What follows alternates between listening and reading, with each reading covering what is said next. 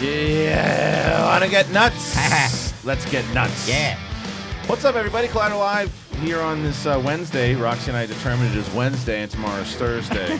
So, I put that in my tweet. Did you? Yeah. Okay, good. Roxy tweets out the show every day, to which I do not. Hello, everyone. Welcome back to the show. Cody Hall is in the booth, rocking up a storm like Zac Efron in a DJ movie, and you have Hey Alex singing up a song right now in his head. Roxy, how are Kristian, you?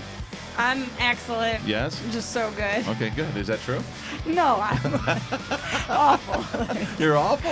I mean, What's it's wrong? been like the worst month, so Why? I'm just excellent. All right. Something to talk about some other time? Yeah, I guess. All right. How are you?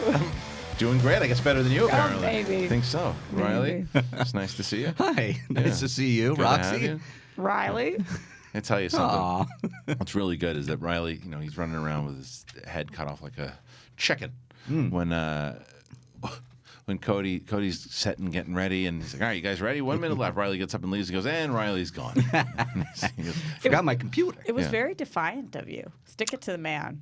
I needed the computer. I think he is the man. Just threw off the headphones, totally ignored what I had to say. All I Yeah. had to do was just grab it and come back. But- I know how Did it you? works.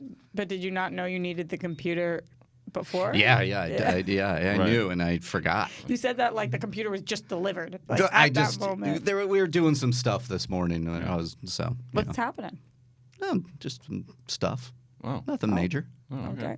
Yeah. Sounds There was good. news. No, and it interviews happened. and stuff for what we do here. For what we do here. Yeah. It's good stuff. Good Secretive, start. I like yeah. what what's God, this going is on. a bang up show It's right riveting. away. It's Bang riveting. up. This is like Thank you so thank much. you, Cody. That's what I like when we're in wanted the middle of a 15 rhythm. minutes? You just shit on it and just say it's a bang up show. Bang I up. appreciate it. Just I thought we were in a rhythm. Totally Nice. bang up. Well, when you have hair like that, you can say whatever the fuck you want, I guess. So true. Yeah. Are you talking to me? Yes. Your hair looks is damn great. good. Looks Thank good. you. I mean, come on. I spent so much money. Are you wearing that? For Lion King? Yes. Yes. Okay. So But I don't think people even know what you're talking about because it It's looks like I'm skirt. wearing a black t-shirt. Yeah, I'm wearing a. Lion but King- then I leopard felt skirt. stupid because a leopard. yeah, but I don't have a lion pattern. there are leopards in the What the even kingdom. would a lion pattern look like? Just You for, wear a mane. Oh, I could do that. But, I have well, a mane. even though you're female, but still. Yeah. Oh, Oh, it's the men who have the manes. Yes. So I saw the movie last night, and we thank you. We can't Lion King. That is. The embargo lifts tomorrow. We'll all be On Thursday.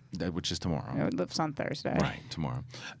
Reilly and Roxy will be seeing the movie today. Yeah. So we will have a full-on review Are of you that going tomorrow. to the daytime or nighttime? Night. Aww. Why so many nighttime people? I'm going daytime Because you have the time to do it. because 3D. This asshole has to be here until 6 o'clock. Yeah, but I gotta have, be here I have until to film 6. at night. Oh. So Yeah. I got that so tight It's kind of squeeze. the reverse. And I don't want to see it in 3D.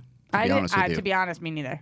I could care less. I want to see it just the way Well, then you should. Yeah. If you could care less, you should care less. Could not care less. I could Not care less. care Care less. People Do it all always the do time. that, and every time in my Drives head I me nuts. correct So them, wait, but I say stop again? doing it out loud. So what is it? I could I not could not care less. Of course you could can care not- less. Sit in the corner and care less, and then Okay. come back when you can. I could not care less, Right. There you go. correct? Perfect. About the 3D version. Because why? That's not a no movie that reason. looks like I need to see it in 3D. Avatar? Sure. Right. How to Train Your Dragon? Right. Good 3D. It's not necessary. You don't need those. What are you gonna put- You don't, it's gonna did you feel- see it in 3D? No. So you don't know. I'll tell you It's guys. just not necessary for me to see Well, it. What you you can know. do is, or you know what? What's next? Just you go to the zoo and you start sprinkling out elephant shit in the theater, and then you can. Oh, look how realistic it is. It's an immersive experience. No, I don't need it. I mean, I feel like that was a massive jump. Hey, if The you're gonna go- technology really forwarded. is. You know? What's Now next? it's picking up elephant shit. It's like the smell-o-vision and all that kind But of. you think the step after 3D They have is smell-o-vision. go to the zoo, Bring some elephant and shit. bring elephant zoo? poop? The Good LA question. Yeah. Oh, All right. You're You're not going to go to San Diego even? It's too long of a trek. It's a great zoo. You're but I'm already not going driving. next week. Too much work. Already they're You're already making gonna me be go there. and do it. It's like, they're fucking Disney. Go out and do it yourself. Okay. But I got to go out. I'm going to the LA Zoo. I'll sprinkle some elephant shit. on Yeah, the- Disney. Right. Go sprinkle your own elephant poop shit, at right. San Diego Right. Zoo. That's what they pay you in, actually, is elephant shit. Yeah. Shill. That's what you shill for. Is elephant shit. Yeah. I be saw, nice. but I did. I took my daughter to see Lion King, and we can't talk about the actual movie itself, but I can talk about the experience. And she. Again, 7 years old, doesn't freak out for celebrities because she doesn't understand what the hell a celebrity is. However, Yeah. Beyonce Yeah. shows up. Does she know Beyonce's music? You're gonna love the reason why she loves. So she is sitting in the chair Beyond, Favreau's out. He does the speech, and my daughter's clapping and cheering. She's very excited for the movie. Brings out a lot of people. Beyonce comes out on the stage with Donald Glover. My daughter jumps off her seat and starts going. She sings the Shire Wolves theme song and starts slamming No. it. I swear. That's what she's known as. Yeah. How did she know that? Girls run the world. Yeah, but how So- did she know that that's who sang the theme song? She listens to like so she'll play it on. That's what she unreal. runs is she It's Beyonce. She transcends. She does. And my wife had showed her that song way before the Shire Wolves thing, but because the Shire Wolves use it, and she loves the Shire Wolves, she just lost her mind for it. But she's heard it. She goes to Spotify now because of the Shire Wolves song. She's looked up Beyonce on Spotify and then knows she loves, so just lost her mind last night when she saw Beyonce. But there was the cupcake debacle that I got to talk about. Oh here. boy. Cupcake debacle of Yeah. This sounds serious. 2019. Well, wow. so my wife always, because I take my daughter to these premieres, because to be completely honest with you, I like the Star Wars ones are super fun when we go, and the Marvel ones are fun when we go. It's just because I'm old. I would rather go. For the most part, I like going to screenings, right? But like, so if I take my daughter to these because they really go all out with the after parties. She probably looks at you like you're the king. I mean, Yeah. that's like the coolest thing a dad could do. She Take just, her to very these true. It was things. really sweet, by the way, when we're watching the movie, because you guys have seen the animated movie, you know. There's just parts when Mufasa's protecting Simba. She's like, he's just like you, Dad. And I was like, that's pretty She awesome. said No. during the movie. During the movie, yeah, and it was pretty great. But anyway, That warms. my wife says as we're going, she's like, the last time we went, bring me back one of the desserts, because we went to the Aladdin one, I think it was, wherever we went last. She'd bring me back one of the desserts. So Bring I did. me back one of the desserts. Yeah, In what? Like that's what I told her. I go, they don't have doggy bags. Yeah, what are you gonna take? Because it last in? time I You tried, don't I have tried a purse. No, and that's what and I tried to tell her that. So when God, I get this too. Right. I'm like an She's old married couple she's too like, now. She's like, you guys get to get all the food and all. It's like, all I want is, she's like, bring me back a dessert. So last time I tried to do that. I took a dessert and I put it in a napkin, and it was a disaster. it didn't work. Of course. Well, yeah. What are you gonna do? Carry around Tupperware in your It tux? doesn't work. So last night, I'm like, you know what? I'm going to make this work this time. So I got this. They had these paw cookies. So I got the paw cookie and put it on a plate, and then I had these mini cupcakes. So I go. Oh no. I said, I'm going to balance the cupcake. You went for the frosting thing? The little mini cupcake. Something with frosting you think you're going to get home? So- Keyword here: balance. So balance it on a cookie. not on a cookie, on a cup next to the cookie, on a plate next to the cookie. So I have the cookie and I have the cupcake, and we're walking through. Boom! Hits the floor. Oh, right? yeah. So my daughter's like, Which part? Balance. Just the cupcake? on the frosting the one's right cookie. on the floor. No, the cupcake is the floor. Yeah. The cookie you still have. Cookie's good. Cookie's good. So then my daughter looks at me, and because we're about to leave, because my daughter was exhausted. She just wanted to eat, do a couple things, get out of there. Which I have another funny story about one of the activities she did. However, we're walking around. Thing drops on the floor. We look at each other. We go, we got to get another one for Mom. So we go back. We get another one. So this time we get through the crowd, out the back on Hollywood Boulevard, through the entire crowd on Hollywood Boulevard, through the Dolby Theater parking lot. All right, paint the picture here. You're holding the cupcake here. I have this and plate. You're doing I have this. this plate with a cookie. Cookie's Yeah. still good. And the cookie's good, and the cupcake is good. Balancing. I walked through the entire party where there were Looks and hundreds, even like, thousands- look at this No, guy with no, the just cupcake. walking out with a thing. Yeah, it's normal. So then I'm walking. No. Then I'm walking down Hollywood Boulevard, not. holding my daughter's hand, who's got she's got a fucking drum that they gave her. she's got a rock in her hand, which I'll talk about in a second. And then we're walking through this crowd. There's people trying to give me CDs and people dancing and fucking Homer Simpson doing Take you on a cartwheels. tour, see the Manson house? And I'm moving around, and I've still got this cupcake, right? Through all these people, see the people. Then we go through the Dolby Theater. I'm weaving and go through these people, down the escalator, past people. Wow. No one's around anymore. Just me and my daughter in the park, going to the parking lot. We open up the door, and the fucking cupcake just jumps off the plate like it just like, Yeah. "Yep, we made it." I'm Now, sure that's what happened. I'm telling you, we just opened the door, and it almost like it became like alive and said "fuck you" and jumped and landed right at the. And my daughter, and I sadly just stood there, didn't say a word to each other, and just looked at the cupcake. And yes, that was exactly you still have right. the cookie. We still have the You're cookie. still in the good. Still have the cookie. So then we got in the car, and my daughter goes, "Thank God." I go, "What?" She's like, the cookies? So we still have the cookies? She's like, no, I can sleep now. and then she just slept with her head back, like Homer Simpson thing. But the last thing I gotta tell you is the rock. So they have all these rocks that they would make your own pride rock. Right, and they set up this whole craft service, and there's like maybe 7 kids there last night. There weren't a lot of kids, and there's but that's kind of fun for anybody. It was fun, yeah, but there wasn't a lot of people. Everyone was getting hammered, and when like you go to make my own Dumbo, rocks. you probably would have done it. But so the rock is there, you paint and you paint on the thing. You take the magic marker, you do it. So my daughter starts opening it up, and she looks next to her, and she sees this rock with this sculpture of the scene where Timon and Pumbaa and Simba are walking. And the moonlight on the that- logs. logs, Classic. yeah. Iconic. Exactly. And she sees that, and she's like, can I have that one? And I was like, I don't think they're giving, that's just the display one. And the artist was there. She's like, no, you can have it. And I was like, really? And like, well, all right, take it. So my daughter puts down the other one, and I go, and not even realizing it, I say it in front of these people who've been setting this thing up, I go, she saved you the work. Wait, Hey, what do you she mean? wants what she wants. Yeah. She saved you the work of what? Meaning She's that you don't supposed have to paint it. You're supposed to sit there and paint it, and have and the artists they go out of their way to put all the markers out there and the rocks, and they want you to have this whole fun experience. And I go, they saved you the work. Yeah. And then we took the lady's thing and we took off. That's and so sweet, It was real. It was, though. and I thanked her 1,000 times for. I was like, that was very nice of you, but I didn't realize that she saved you the work. My daughter's like, I didn't have Perfect. to do anything. It's a nice thing to teach your kid. Oh, I know what this means. Cat? No. Here we go. There he is, ladies and gentlemen, straight from. Oh, is it Van Halen? No. No, this isn't Van Halen. Why is this Mark's? It's just Because hard it's Van rock. Halen. Oh, How are we, that's what I gang? just said. Yeah, we're kidding. He was. Yeah. Oh. It's hard rock. Mark Ellis, Hi, Roxy. How are you? straight from the Hi, how are Nickelodeon you? set. I did not see Roxy at the festivities last night. Thank you. No. Up in the camp. I wasn't invited Oh, you were not there. by anybody. Oh, I'm okay. so sorry. Were you guys talking about the big shindig last Oh, night? We were yeah. talking about the event. I was telling my Hi, everyone. Good to yes, see you. Mark Good Ellis to see is you. here. I told this whole long story about a cupcake that I won't put you through again. But basically, Sadie wanted. Start again. Yeah.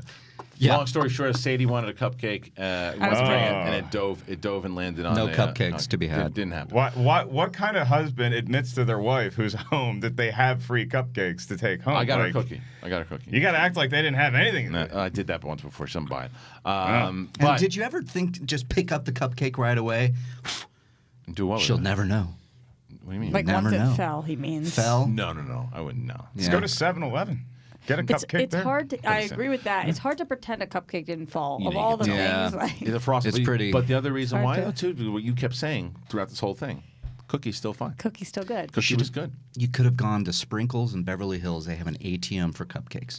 I heard It is about the the easiest cupcake thing in the ATM. world. Maybe It's you didn't easy hear when what it I said. works. The cookie was still fine. Yeah, and I gave the cookie's cookie good. this morning and it worked out just good. Okay. Ellis had a good bit last night. Did I? Yeah, it was a good bit. You performed? Oh, well, no. Okay, there were 2 bits that happened last night. The first bit was I was texting with this young man yesterday, and I referenced an old bit that he used to do in stand-up. And he writes me back. He's like, I used to do that? No. But that's when I wrote you back. Because you it was the misquoted worst it. case scenario. Yeah, bit. you misquoted I'm it. sorry I didn't get the canon right yes. on the your joke your itself. Yeah, set the from worst. 2006. Right. He used to do a bit where, and I'll try to set it up, then you can correct me. Okay. Is that like, because we were texting about like the some schmo business thing, right? Yeah. And I was like, well, worst case scenario, I'll cover X amount of dollars or whatever. And then I quickly wrote him, and I was like your old joke. Worst case scenario is actually we all die in a fire.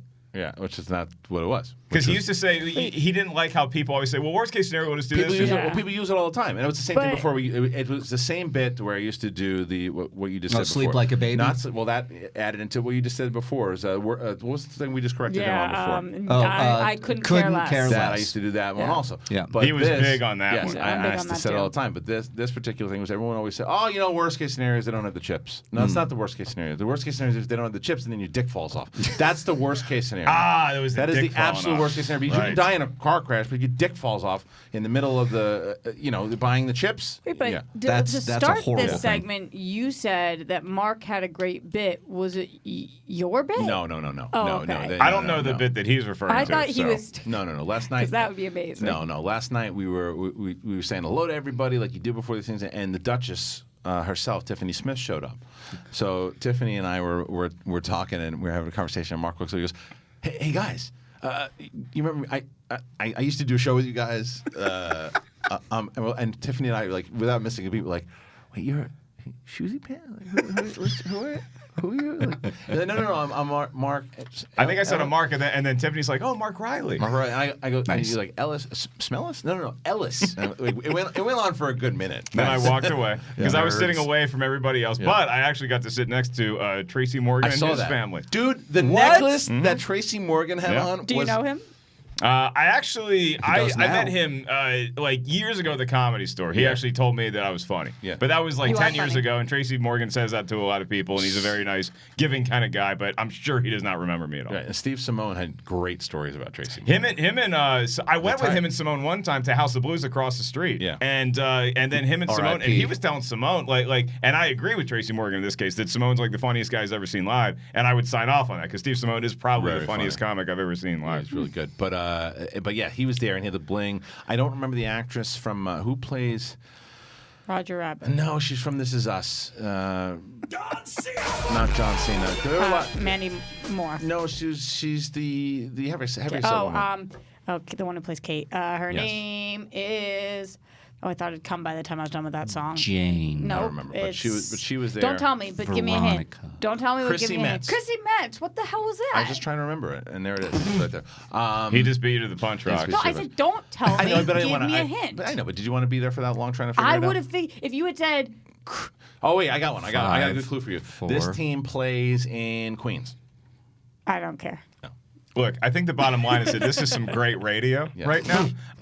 But the other thing I'll tell you is that I don't watch This Is Us at all, right? Right. And this guy afterwards at the after party comes up to me, very nice kid. He's 17 or 18, right? And he looks at me for a minute. He's like, he comes up and he's like, I know you from somewhere. And I'm like, you probably know me from a lot of different places. I'm kind of a big deal. And I was joking with him, and then he's like, oh yeah, Schmoes, yeah, I you watch the reviews and all that stuff. So he's a fan. And then I'm talking to him, and we both like shared stories about like when we were kids, and like you and I like sneaking in, like having Yes. the double feature, where you pay for one ticket, then you go see a bunch of movies all day.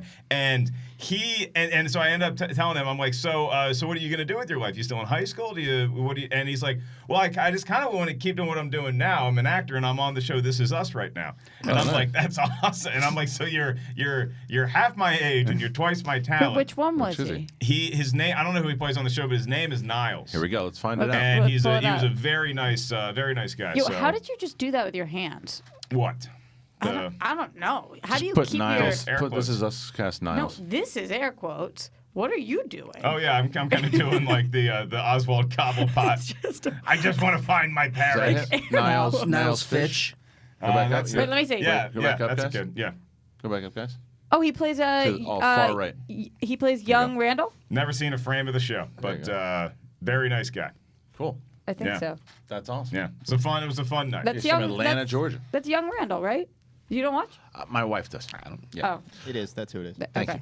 you. Show, I'll tell you what. Anytime I've seen the show It's while very she was good. watching, it's Very very sweet, good. yeah. The show's very I mean, the good. show is literally one of the best shows It's- to hit it's great. television in the last 20 years. You know the problem is that I like my wife had watched. I think like what's it, the third season. Oh, now? so you got screwed. Yeah. Yeah, I got screwed. What are you She- gonna do? Go back? No. And then when I started watching, every time it's one of those shows. It's Handmaid's like, Tale for me. yeah, it's like one of those Oh my shows. God! Last night's episode. I know. Holy Julie's shit. way ahead, and I'm like, Yeah. Can't catch up. there it is. Can't do it. What does that? What was that sound? That was a burp. Yeah. Everybody say, you were both looking away. I caught it just Can so you he's like, not? you really can't. When you burp, He did that. Your face tucks in. Yeah, Why does that happen? it's good radio, I guess. He asked Really for it. great Welcome to be- the show, Mark really great Ellis. to be back. How do you Yeah. feel? This is what we do. The show is Don't look, worry. I back gotta in tell my you, though. day, Collider Live had Yeah. sound drops that they would play every We so still often. have those. Now it's not even sound drops. I gotta It's tell you. Christian burping. No, I heard something pretty special. It's almost See, like Christmas. make sure here. burp. It's in the outline, so it's right just there. put a little check mark there. No, he keeps doing this. So Fucking asshole. it takes so Mark I- like 45 minutes to print these print out. them. Yeah, no kidding. Christian This just printer, rips them yeah. up. I know exactly what he's doing right now too. What's that? Because Christian's about to be on camera in another room. He's gonna shoot, and then I'd actually like you to pop in there really quick too. I have no idea what you're talking I'm about, but filming yes. something in an ancillary studio. This is what I for was me, referring to. And I would like to have an interview with each of you. Great. Mark Reilly already conducted his. So you guys go in there. It'll take 10 minutes. I'm very glad painless. that you're coming in to explain this because Mark was so sketchy this morning. I didn't know if he wanted me to tell This it is- live on air. This is what Mark said. I've been doing things this morning, busy Yeah. things. I was busy. in the other room. busy. I'm shooting they make a big in fucking the deal out other of room. it. It's a I was behind the protecting scenes you. documentary of the making of my special that you were on hand for. Yeah. That Riley was on hand for, that Kristian was on hand for. So I want to get a little bit of the audience perspective because just a lot of it, there was a lot going on that night. And it was very hectic and chaotic, but seeing the final cut of the special, or what is almost the final cut, I'm very happy with it. Okay. I just still So- could not believe that it was hectic and chaotic. It was smooth sailing from where For I you, was yeah, sitting. yeah. I That's what was we like to there. hear. You're upstairs. I'm upstairs. Yeah. I'm watching. My friend is having the best time. He thinks you're the funniest guy alive. We're there. Not one. I don't hear a peep from anybody else. I heard a lot I'm of peeps from you dialed how in. long the walk was when it was about 5 minutes. That was afterwards. I did Yeah. not complain during his set. I know, but Thank you. it's still Yeah, part I of the heard night. I heard that after the show, after she the was first the show, worst. you guys all took like the longest walk ever It was to get to a not- bar. It was not It long was literally at an all. hour and a half. Dude, An it was hour me and a half walk, and and it was me, freezing. Darina, who was, and it was Me, Emma, Me, Julie. It's freezing. So was Hour it a and long half. walk? It was an hour and a half. Come on, It was dude. not a long walk, You didn't walk but it was from a Reggie's. long walk was very for long. my fiance who always wears heels, and That's a different situation. I was in heels as well. so was ergo, long. No, you weren't. it was a long walk for me. You were not in heels. I don't remember. You're a liar. To be honest. You're a full Listen, liar. it becomes a I long was in walk. very when- high heels. Yeah. Yeah. You know how it is. With heels, that's a different. What That's a was I different wearing? So it conversation. therefore becomes a long walk Flats. Okay. That sounds about Well, it was accurate. look the Star Wars Celebration like area. The weekend of Chicago, the convention center was so large and sprawling that you were probably doing a lot of walking that day. I'll and be so the honest. last thing you want to do at night is a little more walking, especially like here's what I hate. They're bringing up the map from I- Reggie's. Did you guys walk from the club to the hotel? Yeah. Or Yes. did you get an Uber? No, we walked. Listen to me. We walked. Oh yeah, it was pretty close. It was It close. was very far. But in heels, no. No, this is why. Look, I've Heels always, because- I've This is always a lie. This Emma is a Fife. lie. Pull it down. It's Wait, a lie. Emma Fife was always one of my favorite people, but after this walk, she like skyrocketed. Even like you can't touch her anymore. She's Why, like, she piggyback you? she was the one who said, "Let's walk," and she's Yeah. just like, "Let's go." And then when Roxy and everybody else was complaining in the back, she's like, "Come on!" And Let's I'm like, be honest. It yeah. was not Roxy and everybody else. I was the It was you. only one. I know, but I didn't want to call you. You, Well, no, it was you Julie. weren't the It was only an one hour and a half. No, complaining. it's you and Julie. She was in Julie. a different group. I don't think she was with us. I think you guys You were guys- with us. We were behind you. Yeah, different. Because of the heels, Oh, I see. and therefore you didn't hear the complaining. That Complaining. why are we doing this? Well, right in now? the I'm just walking with my friends. Yeah, look, it says it was 108 minutes. An Uber. What a waste of money an 108 Uber minute was. walk. What a waste I of told her, money. I go, don't you want to? You said you wanted to work out on this trip. But that's not, I mean, Whoa. I mean, that just went really poorly. What you just did was. look how ready he's getting. Yeah, I know. Look Got bad. That got so bad. He That's the knows. show. He knows. He knows. Do we let him sit in it or should I move us forward? No, How bad is it, Roxy? Oh, it's just not don't- good. Just It's don't, not just good. don't send the link. I don't say. Oh, please. Yeah. no idea you she would do will this show. laugh her ass off at that and probably punch me as well. No, a So little you bit get of both both. a little bit Punch of you both. while she's Yeah. laughing at you. Yeah. Just tell her it's the meds, right? Because your back's hurting. Oh God. Right. Yeah. Thank God my back wasn't hurting then. How's Because the- that was a long walk. All right, enough of this. How is the show, the ticket sales going for Comic-Con Thursday night? Good. Good. You can, they're on sale. You can go to markellislive.com. 2 shows at American Comedy Company. It's where I did stand up last year. Yes. And where we did our live movie talk thing the year before. Right. I heard a rumor. A lot of special guests popping in. Can I 7:30 reveal? and 9:30. Let him 2 finish shows. the plug. Can I reveal? markellislive.com. Can I reveal one of the special guests? Because I heard something. When did you hear this? I heard this yesterday. Okay. And just one special guest, because I don't want to ruin all your special guests, but I think the fans would like to hear that this special guest is going to pop up. Okay, go ahead. Kate Mulligan is going to be there. Kate Mulligan is confirmed. She can perform Wow. on Thursday Wow. night. Yeah. She's gonna be in San That's really Diego? cool. She's coming out just to do the show. Can you say exactly where and how to buy the tickets? It's at American Comedy Company. Thank you, Roxy. Yeah, where is it's it? a very short walk from the Thank you. convention center. Nice. It's in the Gaslamp District, and it's a downtown comedy club that's like literally right there in San Diego. It's a great room. 2 shows, 7:30, 9:30. The lineup's going to be totally different each show. Cool. I think Kate's doing the early show. I think Okay. she's on at 7:30. Well, she's a mom. Can you say anybody else is on it? John Rocha was confirmed to be on the 9:30 show. Whoa. But he always does the Rocha thing. He's like, I'll see if I can get down there, see if I can put together 5 minutes. We also have professional comics who are going to be on the show, too. What are the chances that he talks about his penis? I think very minimal. Yeah. I think He didn't do that that in Houston. he went a little dirty when he opened for me in Los Angeles at Los Globos, and I think that he might have learned his lesson. It's like he got a little too close to the burner and he burned his hand a little bit. So when he did Houston, he was He was more storyteller. Yeah. He was really good. Yeah, he was a lot better. I mean, you can tell there's Because you watched him and you were there. I in did. I Houston, watched yeah. both of them, and I think, and I talked to him about it afterwards too. There's just his structure is definitely much better. And he just needs to pepper in like the humor. No, but It's a very backhanded compliment. no. Hey, you stood on stage. That was almost like what you just did. But It was not almost like it. It was literally that. What I meant is Roxy there was just- humor peppered into his Yep. stories. He just needs to pepper it in more. Mm-hmm. He has to. He left a lot on the table. So I'm hearing from you, be funnier. Yes. Oh. Because he left a lot on the table. Because there was a very funny premise there to where there was a couple things we were just talking about it A afterwards. lot of meat on the bone. Yes, and he left it off the table. The other thing is and this is I don't know necessarily confirmed or not, but we're talking about it right for New York, and the show's on Friday night, August 30th. Friday night, August 30th at New York Comedy Club in the East Village. What show is? I'm doing stand up there Yeah. too because we have the Schmodown that's August 31st Right. in Manhattan, and then August 30th is my stand up show in the East Village. Brett at New York Sheridan. Comedy Club. Brett Sheridan is confirmed. Oh, confirmed. Confirmed. Brett Nice. Sheridan is confirmed. What do I have to do to get an invite? To what? I don't know. I want to come. To go to the fucking show. I wasn't invited. What are you talking about? Anybody's invited. That's a part of this. Who knows? Yeah. If you I don't do know. this interview for me today, then You're you win invited. free tickets. If you're there. Will you be attending Comic-Con next week? Yes. Yes. Okay, but here's the thing, and here's what happens. I know it's going to happen with Chuck's over here too. is Parties that doesn't show. The parties on Thursday are usually pretty good, like Yes. the industry parties. So I'm not going to be offended if y'all don't go to the comedy Right. show. I think mine's going to be the most fun party. You said but- it's walking distance, though, right? yeah, you can hobnob, in I and will out. definitely be there for the New York one. I would like to be there for the New York one as well. Okay. Yeah. Right. You can't make commitments in Comic-Con. It's not right to do. No, I can't. Yeah, I didn't go know. I last would year. like to try to come for this one also, theoretically. It's tough.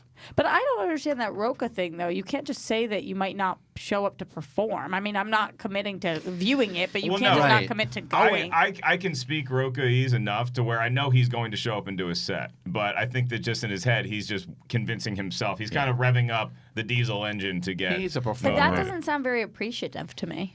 He's very. I'm not really appreciative. known for my smarts. Well, sometimes that will affect a relationship. Cody was telling What me a beforehand. great drop. Cody, can we do it? Can we do it Christmas style, or do you want to do it organically? I can get. What's Christmas style? Yeah, I can release them right now. Let's see. So Christmas Some style of is them like a might gift require to it. some context. Okay, so he's got. So why don't you set me up for some of it? Release the Snyder cut. If there's Oh, boy. Yeah. So Cody has been doing some new. Cody gets very excited when he has brand new sound bites. He's Okay. got about 10 of them. Okay. But I don't know exactly how to set the. Well, Oh, apparently the door's that open. sounds- It's That's Rocha, not a isn't it? sound sounds bite. broken. doesn't work. No, it's Macuga. Oh, it's the afternoons. This Look at is It's like old school This schmoes is a, all of a sudden. What are we in the AfterBuzz Studios in 2014? Look at this. Might be, You got, might you got be. microphones? No, we got no microphones. I don't. What's going on? Roxy wants to do stand-up comedy. No, No. I think I'd be really good still, though. The monitor just went. Sure. And everybody. There's No, I dreams. really do. There's dreams. No, I remember you talking about it last time I was on the show, or maybe 2 times ago, like a few months ago. And I was just, are there any updates to No. your stand-up comedy No, career? there's none. Okay. Give it a go. I can't give anything a go. You know me. You were I pretty have, close. I have to legitimately 1,000% commit to something. I can't just give something a go. I've you never do- in my life been able to give anything a go. I was a Girl Scout until I was 18. Would you do jokes about dog videos? No. No. Do you want to No. hop in and But, knock this thing up? Sure. There are And I'll take some over things- for you. Who's doing the interview? Christian Rubalcaba. I've heard of him. Yeah. All right. What's what time happening? is it? You're leaving He's us? going to be? Yeah, why don't I take a break? Because we'll take a break. It's Wait, 10:30. can't you just hang a little longer? No, I can, but he's I was not. going to take over. I'm going to for go. you. Yeah. So Oh. let's go to break. We'll go to break then. Okay. We'll give Cody a second to set, and Figure then out this monitor situation. Yeah. It's Should we not tell the bad. people on iTunes that Josh Macuga and Ken Napzok came into the there room? are no iTunes, but people on Apple Podcasts will absolutely know that Josh oh. Macuga and Ken Napzok are here in the afternoons. Yeah. And they'll Yeah, be in get San with it, Diego Roxy. telling jokes. Yeah, and New York, right? Yeah.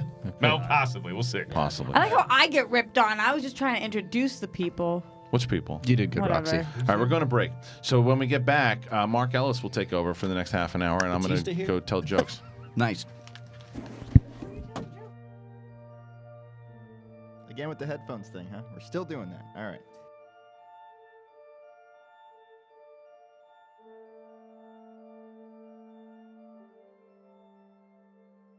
Hey guys, Reilly here, and let me tell you about Rule of Two. You looking for a Star Wars fix? Well, Rule of Two is that show. It drops on Collider Video's main YouTube channel, as well as on Podcast One's Jedi Council feed. So go over there, subscribe, share it with your friends. It's hosted by myself and Mark Fernandez. We talk everything in the Star Wars universe with a lot of deep dives and a lot of conversations that go all in. You know what to do. Subscribe, join us there, and rise.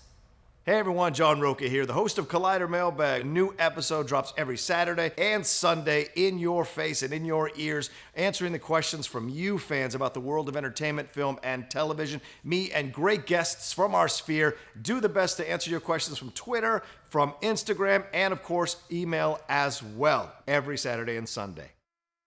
Hi, I'm Coy Jandro, host of Collider Heroes, and I'm here to tell you we've got 20-minute episodes coming at you on Collider Video, on the YouTube, as you've always loved it. Plus, now we've got hour-long podcasts dropping every Thursday, so make sure to subscribe to the podcast because it's going to get even more sweaty on the podcast. Plus, every week, we're going to try to get some very special guest interviews, all of the people that help shape these movies and TV shows you love. So, video, podcast, interviews, all coming at you. Be sure to subscribe. Thanks so much, guys. Stay sweaty.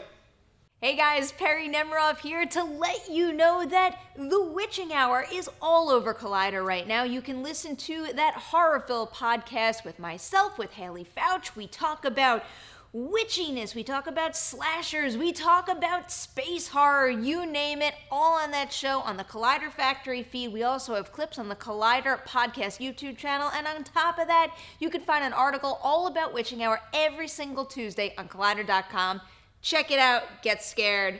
Hopefully you survive the witching hour.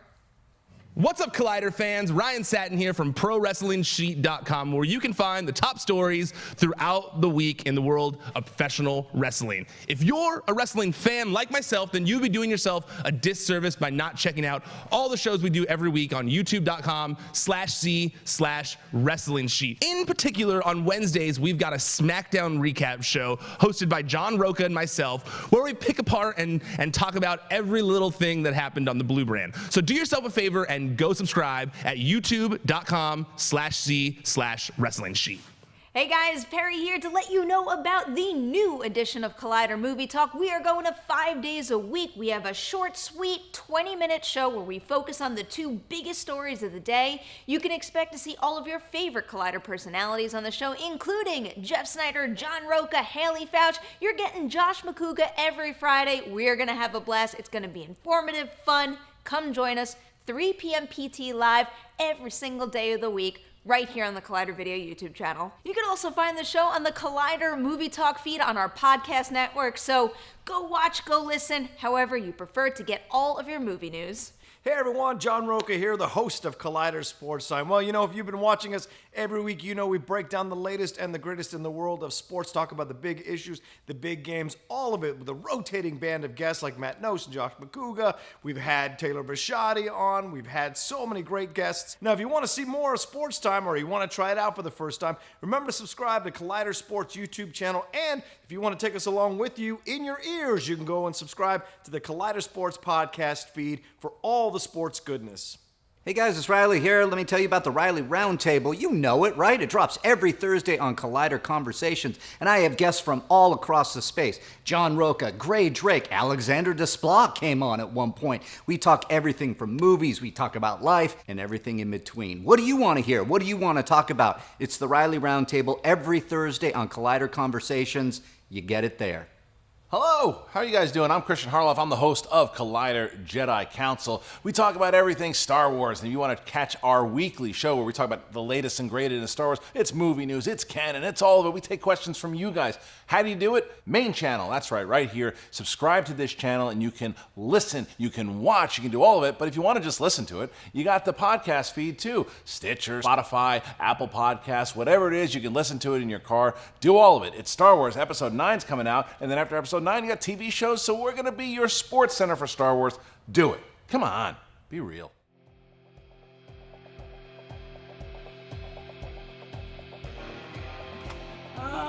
Hi, We're back, Josh. and that back. is the unmistakable sound of Roxy Striar taking over for Mark in the sense that she is now spitting her gum. It was an Altoid. She spit her minty flavored treat into her beverage. I have to looked like have a this tooth. to eliminate what's happening in the microphone smell zone. Like, this is the only I need to put good things in there. Okay. That one's the That's worst. a quote. I'll breathe into it. Okay. I mean, I get it. That when you one's stick the your worst. face up to it. That one's awful. I mean, I feel like my nose isn't good anymore. That I don't like really smell things that bad. I've noticed the bad smell of a microphone exactly one time in my entire career, and it was on stage at a comedy club. I won't name the comic I was following, but I do pin it mostly on them. Otherwise, never had a problem. But I'm How not. do you know it was on them? I'm not invalidating your experience. Jerry Seinfeld. It was not Jerry Seinfeld, but that is Josh Macuga. Hey, Mark. That is Roxy Striar. That is Ken Napzok. Sandwiched in between them is their son on a road trip, Mark Reilly.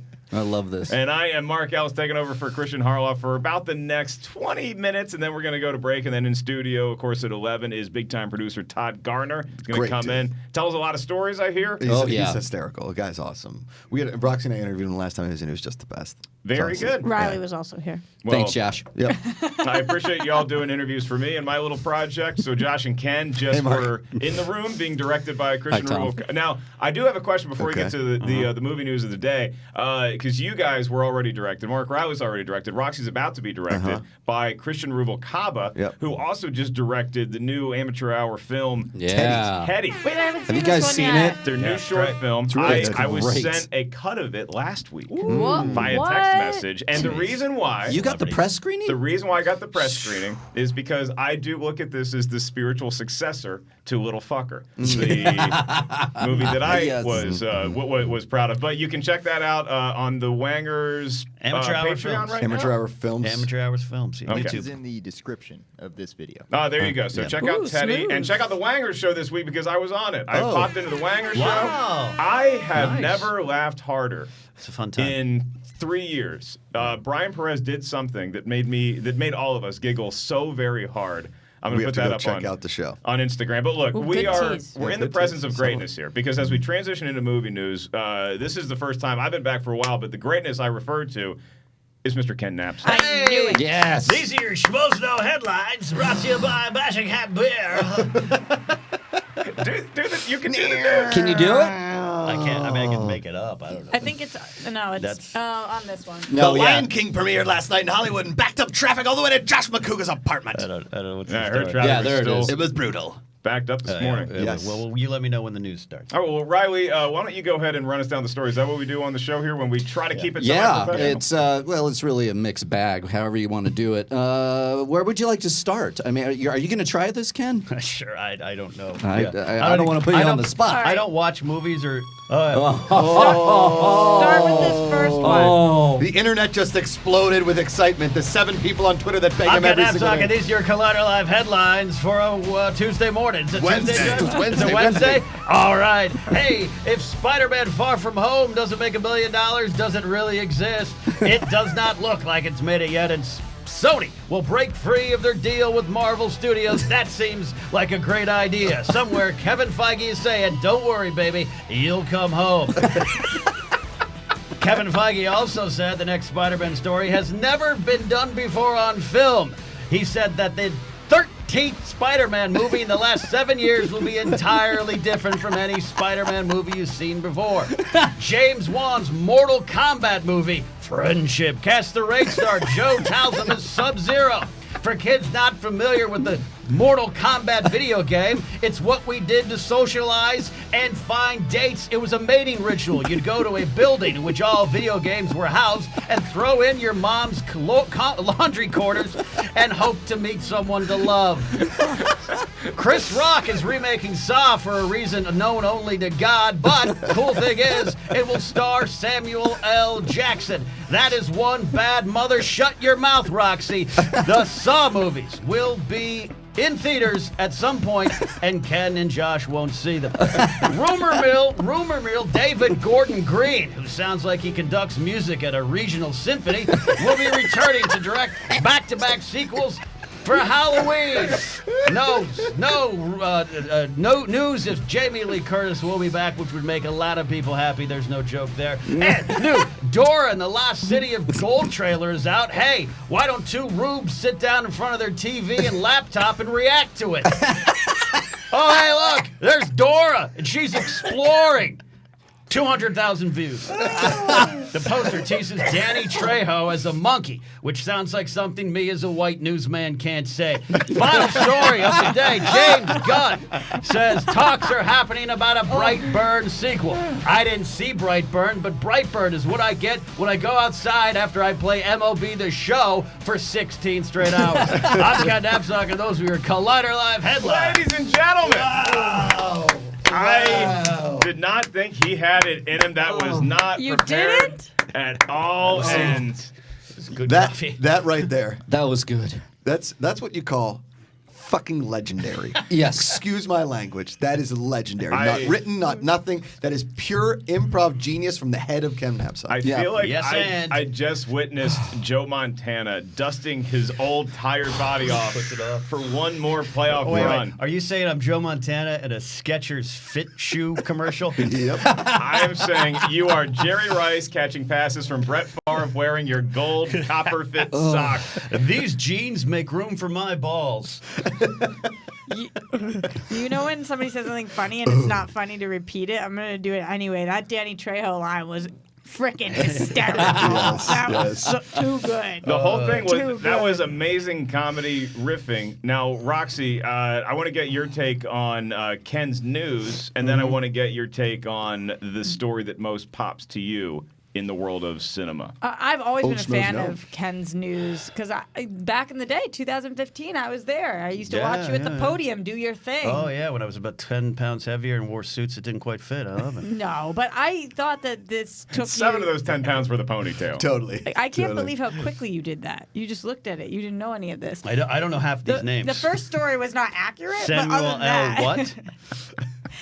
So I thought that was great. And then for all of this news, I think a couple things stand out to me. But obviously, Spider-Man possibly going back to Sony. I don't think it's going to happen. I see what No. you're so I didn't see the if. Yeah. So this hasn't Yeah. happened. No. Yeah, I can If it break it happens. down So, if yeah. you'd like. Thanks, All right. Mark. Yeah. So we have a report by somebody that from the Ankler. It's an industry newsletter by journalist Richard Rushfield. The Ankler? Not the the Ankler. wrists.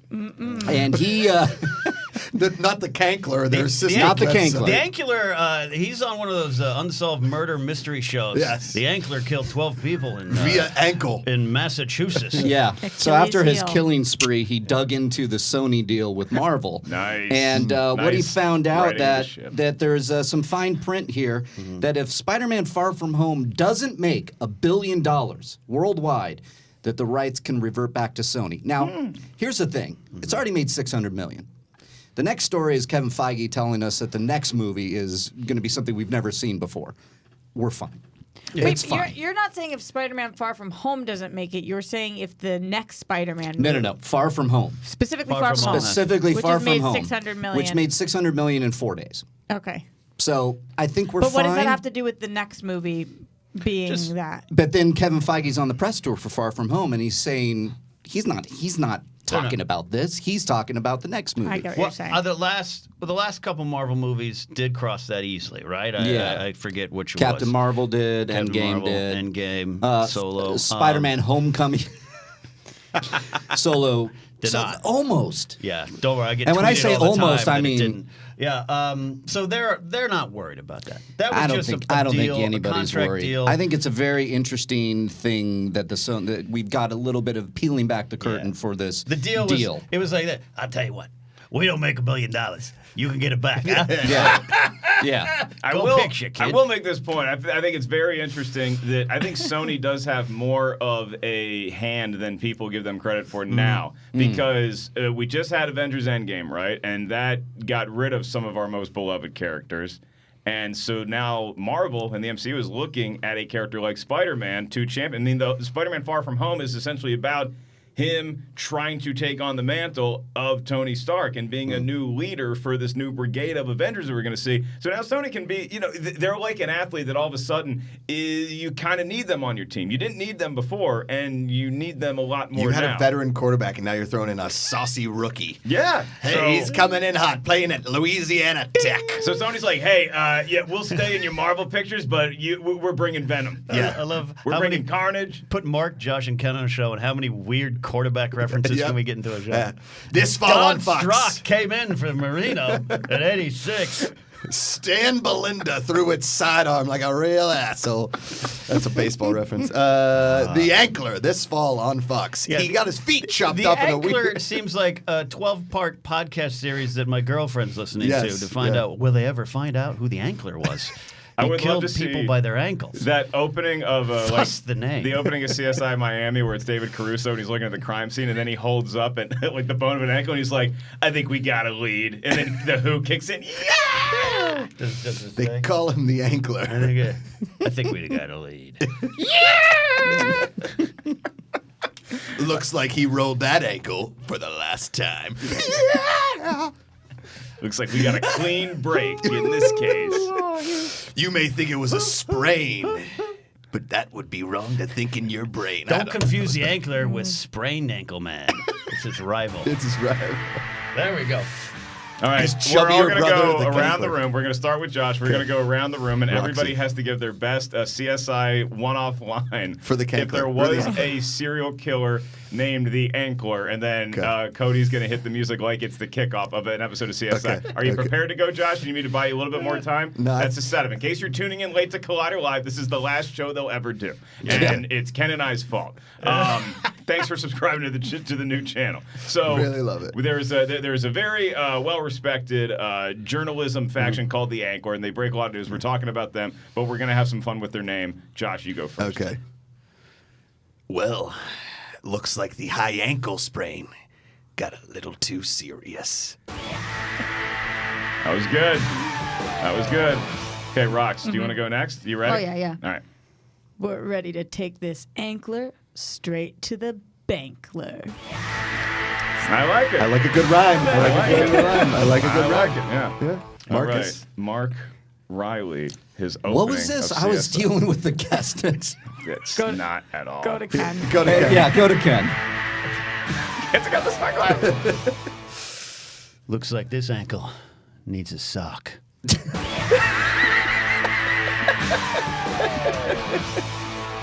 Wait, All right. Do you want to go or do you want me to go? No, I want you all to do this. Okay, I just all want right. to watch. Then this will be- this Who will doesn't be- play along with the bit? Say it. This Say will who be- doesn't play. Mark. Yeah, Riley. it's Mark, All not right. Roxy. He was busy producing. This will be Yeah, the last I one. had to do that. Well, okay, fine. I Do do. it. Come on. They call me the Ankler. That's not. No, he does not deserve the Who. Because you didn't even get the character right. You're the guy investigating the The Ankler. Ankler. Oh, You're a got it. detective. Oh, got it. See, this is why I asked the They question. call me right. the ankler. Looks You're like. the serial hold on, killer? hold on. Let me give this. Okay. Looks like the Ankler's back. That's not bad. I mean, it's very factual. It's factual. More like leg. That was good. All right. What I didn't Ellis, tell you take us guys home. is that this murder happened in a jazz club. So here we go. Oh. We got Can we get some sunglasses for this smooth one. Miles Davis Yeah, playing, please? Yeah. Looks like someone played it to the bone. See? Should we go around and do one more? I think we. What's the next I story? think it's good. Fishermen may be anglers, but this sure is a case for the Ankler. No, it got worse. Now fish are involved. Yep. I think that's a good place That's to a end show it. for the next hour and a half. Better Look, brace yourself it's- for the Ankler. Oh, but better. my job as the captain of this ship for the next 10 minutes is We to hit make the iceberg sure a long time ago. that the audience gets what they came here for. Right, the So news. why don't we go around the horn with Ken Napzok, who did the news brilliantly. So Ken, what story would you like to talk about, if any, that is on the rundown? I am really excited for James Wan Mortal Kombat because Yeah. I was in the theater in '95, right? Where just like boom, Mortal Kombat came on, and me and my friend were like, "This is the greatest thing since Star Wars." Totally. I'm interested to see a modern update and the Sub-Zero, all these characters. I think you could really treat it somewhat serious. Not that they didn't treat it serious in '95, but I that's actually really intriguing to me. There's something about the romantic period of the 90s where you didn't have to stick as much to canon because you were just so happy to see what you love, like the 1989 Batman or the 95 Mortal Kombat. Like, there Or the weren't as- 93 The Phantom. That was 96, I believe. 96, But like Gosh. the Phantom Slam Evil. But like I thought Mortal Kombat was so cool, and the reason why I loved it is because that trailer was so good, where they introduced all the characters like they were introducing a video game. Yeah. But I'm worried that this one it's going to be. I'm gonna get killed for saying this. It's gonna be too story focused. Oh, it's I the just want to worst. see it, like because the first one is set up like March Madness. Yes. it's like a bracket where it's like okay, and then Johnny Cage if he wins, he's gonna play this person, and then Art Lee he's gonna lose because he's not in the actual video game. It's a fantasy kumite from Bloodsport. It's really what they turned the first Mortal Kombat into. Right. Do you know what I mean? The Jean-Claude Van Damme movie. Right. Did You you know guys Bloodsport. Yeah. watch the Black Mirror episode? Did you guys watch? Yeah, the three of them? yeah, Striking Vipers. Yeah, it I don't watch reminded a lot me of of that this. stuff. and Can what you give could us do a with blow that. by blow of the Vipers thing? Nailed that. Oh, I know what I did. Not the part of like feeling what's going on in the video game, but just the way that they did a lot of the fight scenes. I thought was pretty cool, and you can make that. I played Mortal Kombat growing up. I sucked at it, but I played it, and I just think that you're totally dead on about it. We can have a little bit of story, but mostly I just want to see some butt You kicking. know, guys. Mortal Kombat 2 was better than Mortal Kombat. Just Get that's out my of here. hunch. Get out There of the is studio. somebody coming Phil into Twitter, studio. come after him. There's somebody coming into studio. Yeah. At about the 11 o'clock hour that might have some answers. For Mortal Yeah. Kombat? Yeah. That was actually the best CSI intro. We have, Yeah. That And was, is known as the Ankler. there you go. No, it's Todd Garner. He's a producer on Mortal Kombat, and he's coming in here next. That's very It's perfect exciting. timing because I would love to. I don't know if you can talk about it, but I would love to get. he's gonna talk little information, as it were. Let me give you a little behind the curtain as to what at least my life has been like since I stopped hosting Movie Talk, is because I don't have to pay attention to movie news anymore. So nice. And it's not that I hated it when I was paying attention to it, because I really like, doing the show. It was a lot of fun. But now that I don't have to wake up and talk about it, it's like I am so oblivious. Even as early in my non-hosting Movie Talk as when we were at Star Wars Celebration, I had kids coming up to me and they're like, "What do you think of that episode 9 And you show? don't What are your know. theories?" And I'm like, I don't have any thoughts in my head about it other than I'm excited. comforting. Totally. It sold me on wanting to see the movie even more. Unrelated. Yeah. We have to find the ankler. Oh, Roxy! That's not bad. That's really good. That's pretty that's damn not good. that's Thank you good. so much. that's Thank good. you. That's Thank good. That was really good. you. It took you a while. My first one was decent too. No, the first one was decent Looks too. like Yeah, the yeah. ankle was his Achilles heel. Uh-oh. These are getting really good now. Like, I wish that we could make the other ones a dress Go rehearsal. away. No, they have to Yeah. go away. Take it down. Cody, can you edit that out? Do you remember when like movie news was going into the movie lobby? Be like, what's this poster for True Lies? What the hell's this? Schwarzenegger's making a new picture. I remember going into the lobby and seeing the stand up for Superbad. My brother's like, the kid from Arrested Development's in a movie? Yes. Yeah. Now it's like he just signed a $2.2 million deal to produce it, and 2 years in advance. It's less fun. I had that experience at ArcLight Cinema in Hollywood this past Friday before the second earthquake hit, and I was we were all ushered out of the theater. I was looking at the movie posters of upcoming movies, haven't heard of half of them. I saw the Batista movie Stuber next to another Batista movie that's coming out. I had no idea what it was. What is the other Batista I don't movie? know. This is how dumb I am. I don't remember the title. I have become my The mom Ankler? again. I'm just like, oh, the rest. He's in a new picture. It feels so. God, it feels good. It's a cross between Bow, that short film before The My Incredibles 2, and Spy? Tista. Bow-Tista. Okay, I don't know if I my see. spy is either. Thank you, Cody. It is My Spy, I believe. Maybe. Yeah. Yeah, I think it's My Spy. Ken Jeong. I don't know my spy. Yeah. All right. My well, spy with my little eye. before we go The to break, ankler. I would like to hear what is going on around the Collider Live cast. Roxy, what's the latest with you and all your? I know you have a birthday coming up. I Oh, don't know just how much like we're allowed to what talk does my about. life look like? Yeah. How you doing? Did you get bleach on your shirt? Yeah, but many years ago. Oh, okay, got it. I wear the same clothes that I've been wearing since 8th grade. Cool. Dude, Almost all of them remember that exclusively. song by Ronnie Ron and the Ron Band? Yeah. With the "You got bleach on your shirt." Bleach on it. A long time ago, you got bleach on your shirt. Bleach Eighth on grade. it. That the song I was almost gonna- hit number one. It almost did. went up to yeah, number 79. it was. Yeah. What's You were really- there. You were in Ronnie Ron and the Ron Band. I'm in the band. What's really interesting is that Josh and Ken did not have this chemistry a year ago. No. This has been forged on through the stage. fire of Dude. stand-up comedy clubs and podcast afternoons. rooms all over the afternoons. country. The afternoons with Josh and Ken. Favorite podcast. Thanks, Yeah. man. But that was so. I threw the baton to you to get the update on your life. Yeah. You got distracted by Birthday, Macuga. huh? Yeah, I do have a birthday coming up. Honestly, my life is not something that people want updates on right now. Wait, it's not Roxy's the brand new co-host. There's 3 of us on TV Talk now. You didn't that's know true. that? No, congratulations. Thank you so And much. what is TV Talk? It's a show that people don't listen to or watch. Well, they can't watch it even if they wanted to because we have no cameras. Let me ask this question. Do you take notes on Stranger Things when you watch it? Yeah, duh. You're qualified to host it. Yeah, I take all the notes. I just did all coverage for it. I Ken, love because that. you're not a regular performer on the show like no. myself, where can all the kids find your latest endeavors? Go to KenNapzok.com for everything. I got too many shows now. New Napzok Files today with our old friend Chris Strait from Stand Up Comedy. Afternoons with Josh remember Ken. Chris Strait, he's a great. pretty disgusting episode coming up Friday. Totally. Talk Oh, about how boy. I hurt myself during the second earthquake, and that leads to a wonderful conversation where I actually start to barf on air. That's my bad. That was my bad. It's all on me. Casterly Talk. If you thought you're done talking Game of Thrones, no. There's the books. There's the prequel series. We finally got some prequel series news, and then the book Why We Love Star Wars. I'm proud to announce. I'll tell you what. I'll make it kind of official here. Audio book forthcoming with my voice reading With it. your voice? My We voice. did it. I had to audition. This is a true story. I had to audition to read my own book. Took a while, and I got the part. So I've completed that mostly. I have to finish it next. Yeah, Ken. All right, can We I got tell the you a Comic-Con. true story too? What? Yeah. I auditioned for the role of Ken Napzok. You didn't get it? My agent told me it was between me and another guy. Yeah. It was between That's you. the other guy. It was you and David Harbour. Yeah. Everyone keeps tweeting me now. You are him. I love David Harbour. Yeah. I really do. His middle name's Kenneth. Is it really? No way. And he's only like a year older than me. DKH. Which means either he looks, that's a scary thing. When I was like, that 60-year-old looks, he was born like me. Oh, no. Is your middle name David? Alan. Kenneth Poe. Allen. Yeah. What's yours? Cody Allen. No, I was just Cody you're Allen? Alan Poe. Oh. Mine's Jillian. It was That's supposed to be right. Jade, but my mom was all on drugs I knew that. and stuff. Yeah, I knew that. Yeah. Roxanne. Mark and I have the same middle name. Eddie. Edward. Yep.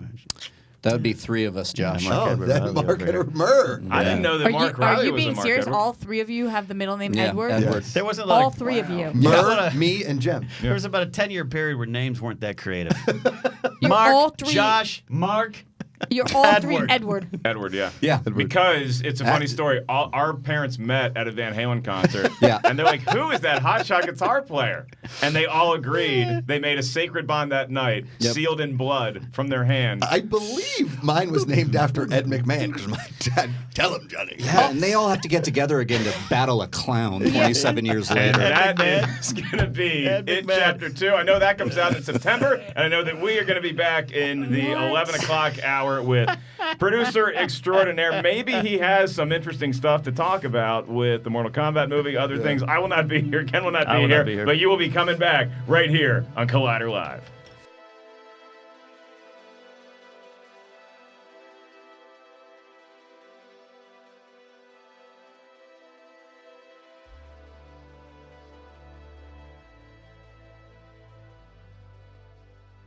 Hey guys, Reilly here, and let me tell you about Rule of 2. You looking for a Star Wars fix? Well, Rule of 2 is that show. It drops in on Collider Video's main YouTube channel, as well as on Podcast One's Jedi Council feed. So go over there, subscribe, share it with your friends. It's hosted by myself and Mark Fernandez. We talk everything in the Star Wars universe with a lot of deep dives and a lot of conversations that go all in. You know what to do. Subscribe, join us there, and rise.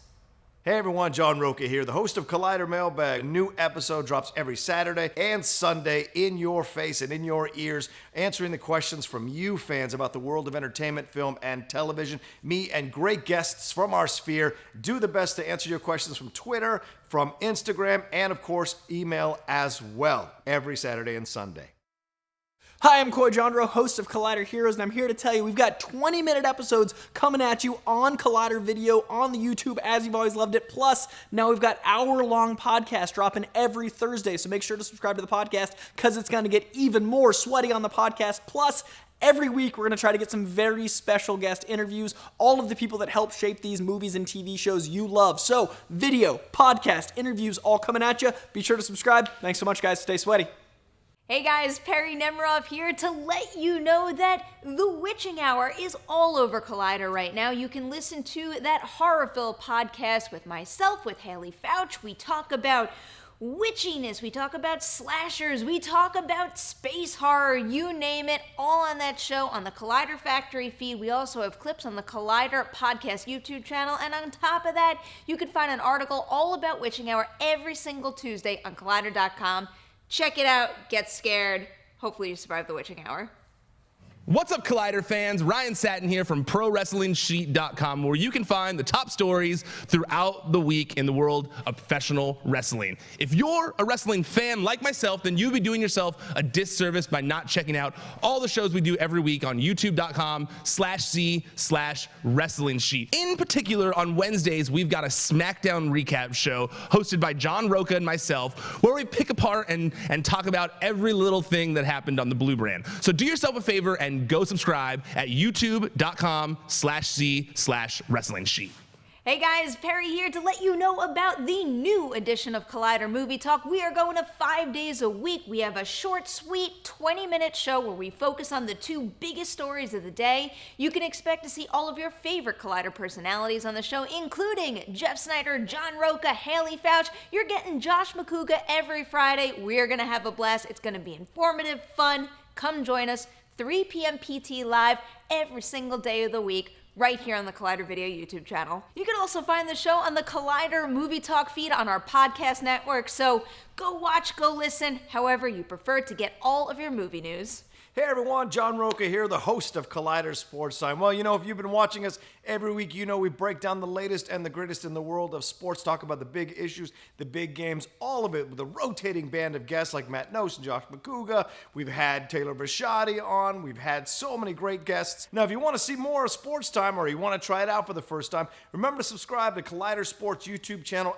And if you want to take us along with you in your ears, you can go and subscribe to the Collider Sports podcast feed for all the sports goodness. Hey guys, it's Reilly here. Let me tell you about the Reilly Roundtable. You know it, right? It drops every Thursday on Collider Conversations, and I have guests from all across the space. John Rocha, Gray Drake, Alexander Desplat came on at one point. We talk everything from movies, we talk about life, and everything in between. What do you want to hear? What do you want to talk about? It's the Reilly Roundtable every Thursday on Collider Conversations. You get it there. Hello, how are you guys doing? I'm Kristian Harloff. I'm the host of Collider Jedi Council. We talk about everything Star Wars, and if you want to catch our weekly show where we talk about the latest and greatest in Star Wars, it's movie news, it's canon, it's all of it. We take questions from you guys. How do you do it? Main channel, that's right here. Subscribe to this channel, and you can listen, you can watch, you can do all of it. But if you want to just listen to it, you got the podcast feed too. Stitcher, Spotify, Apple Podcasts, whatever it is, you can listen to it in your car. Do all of it. It's Star Wars. Episode 9's coming out, and then after Episode 9, you got TV shows, so we're going to be your sports center for Star Wars. Do it. Come on. Be real.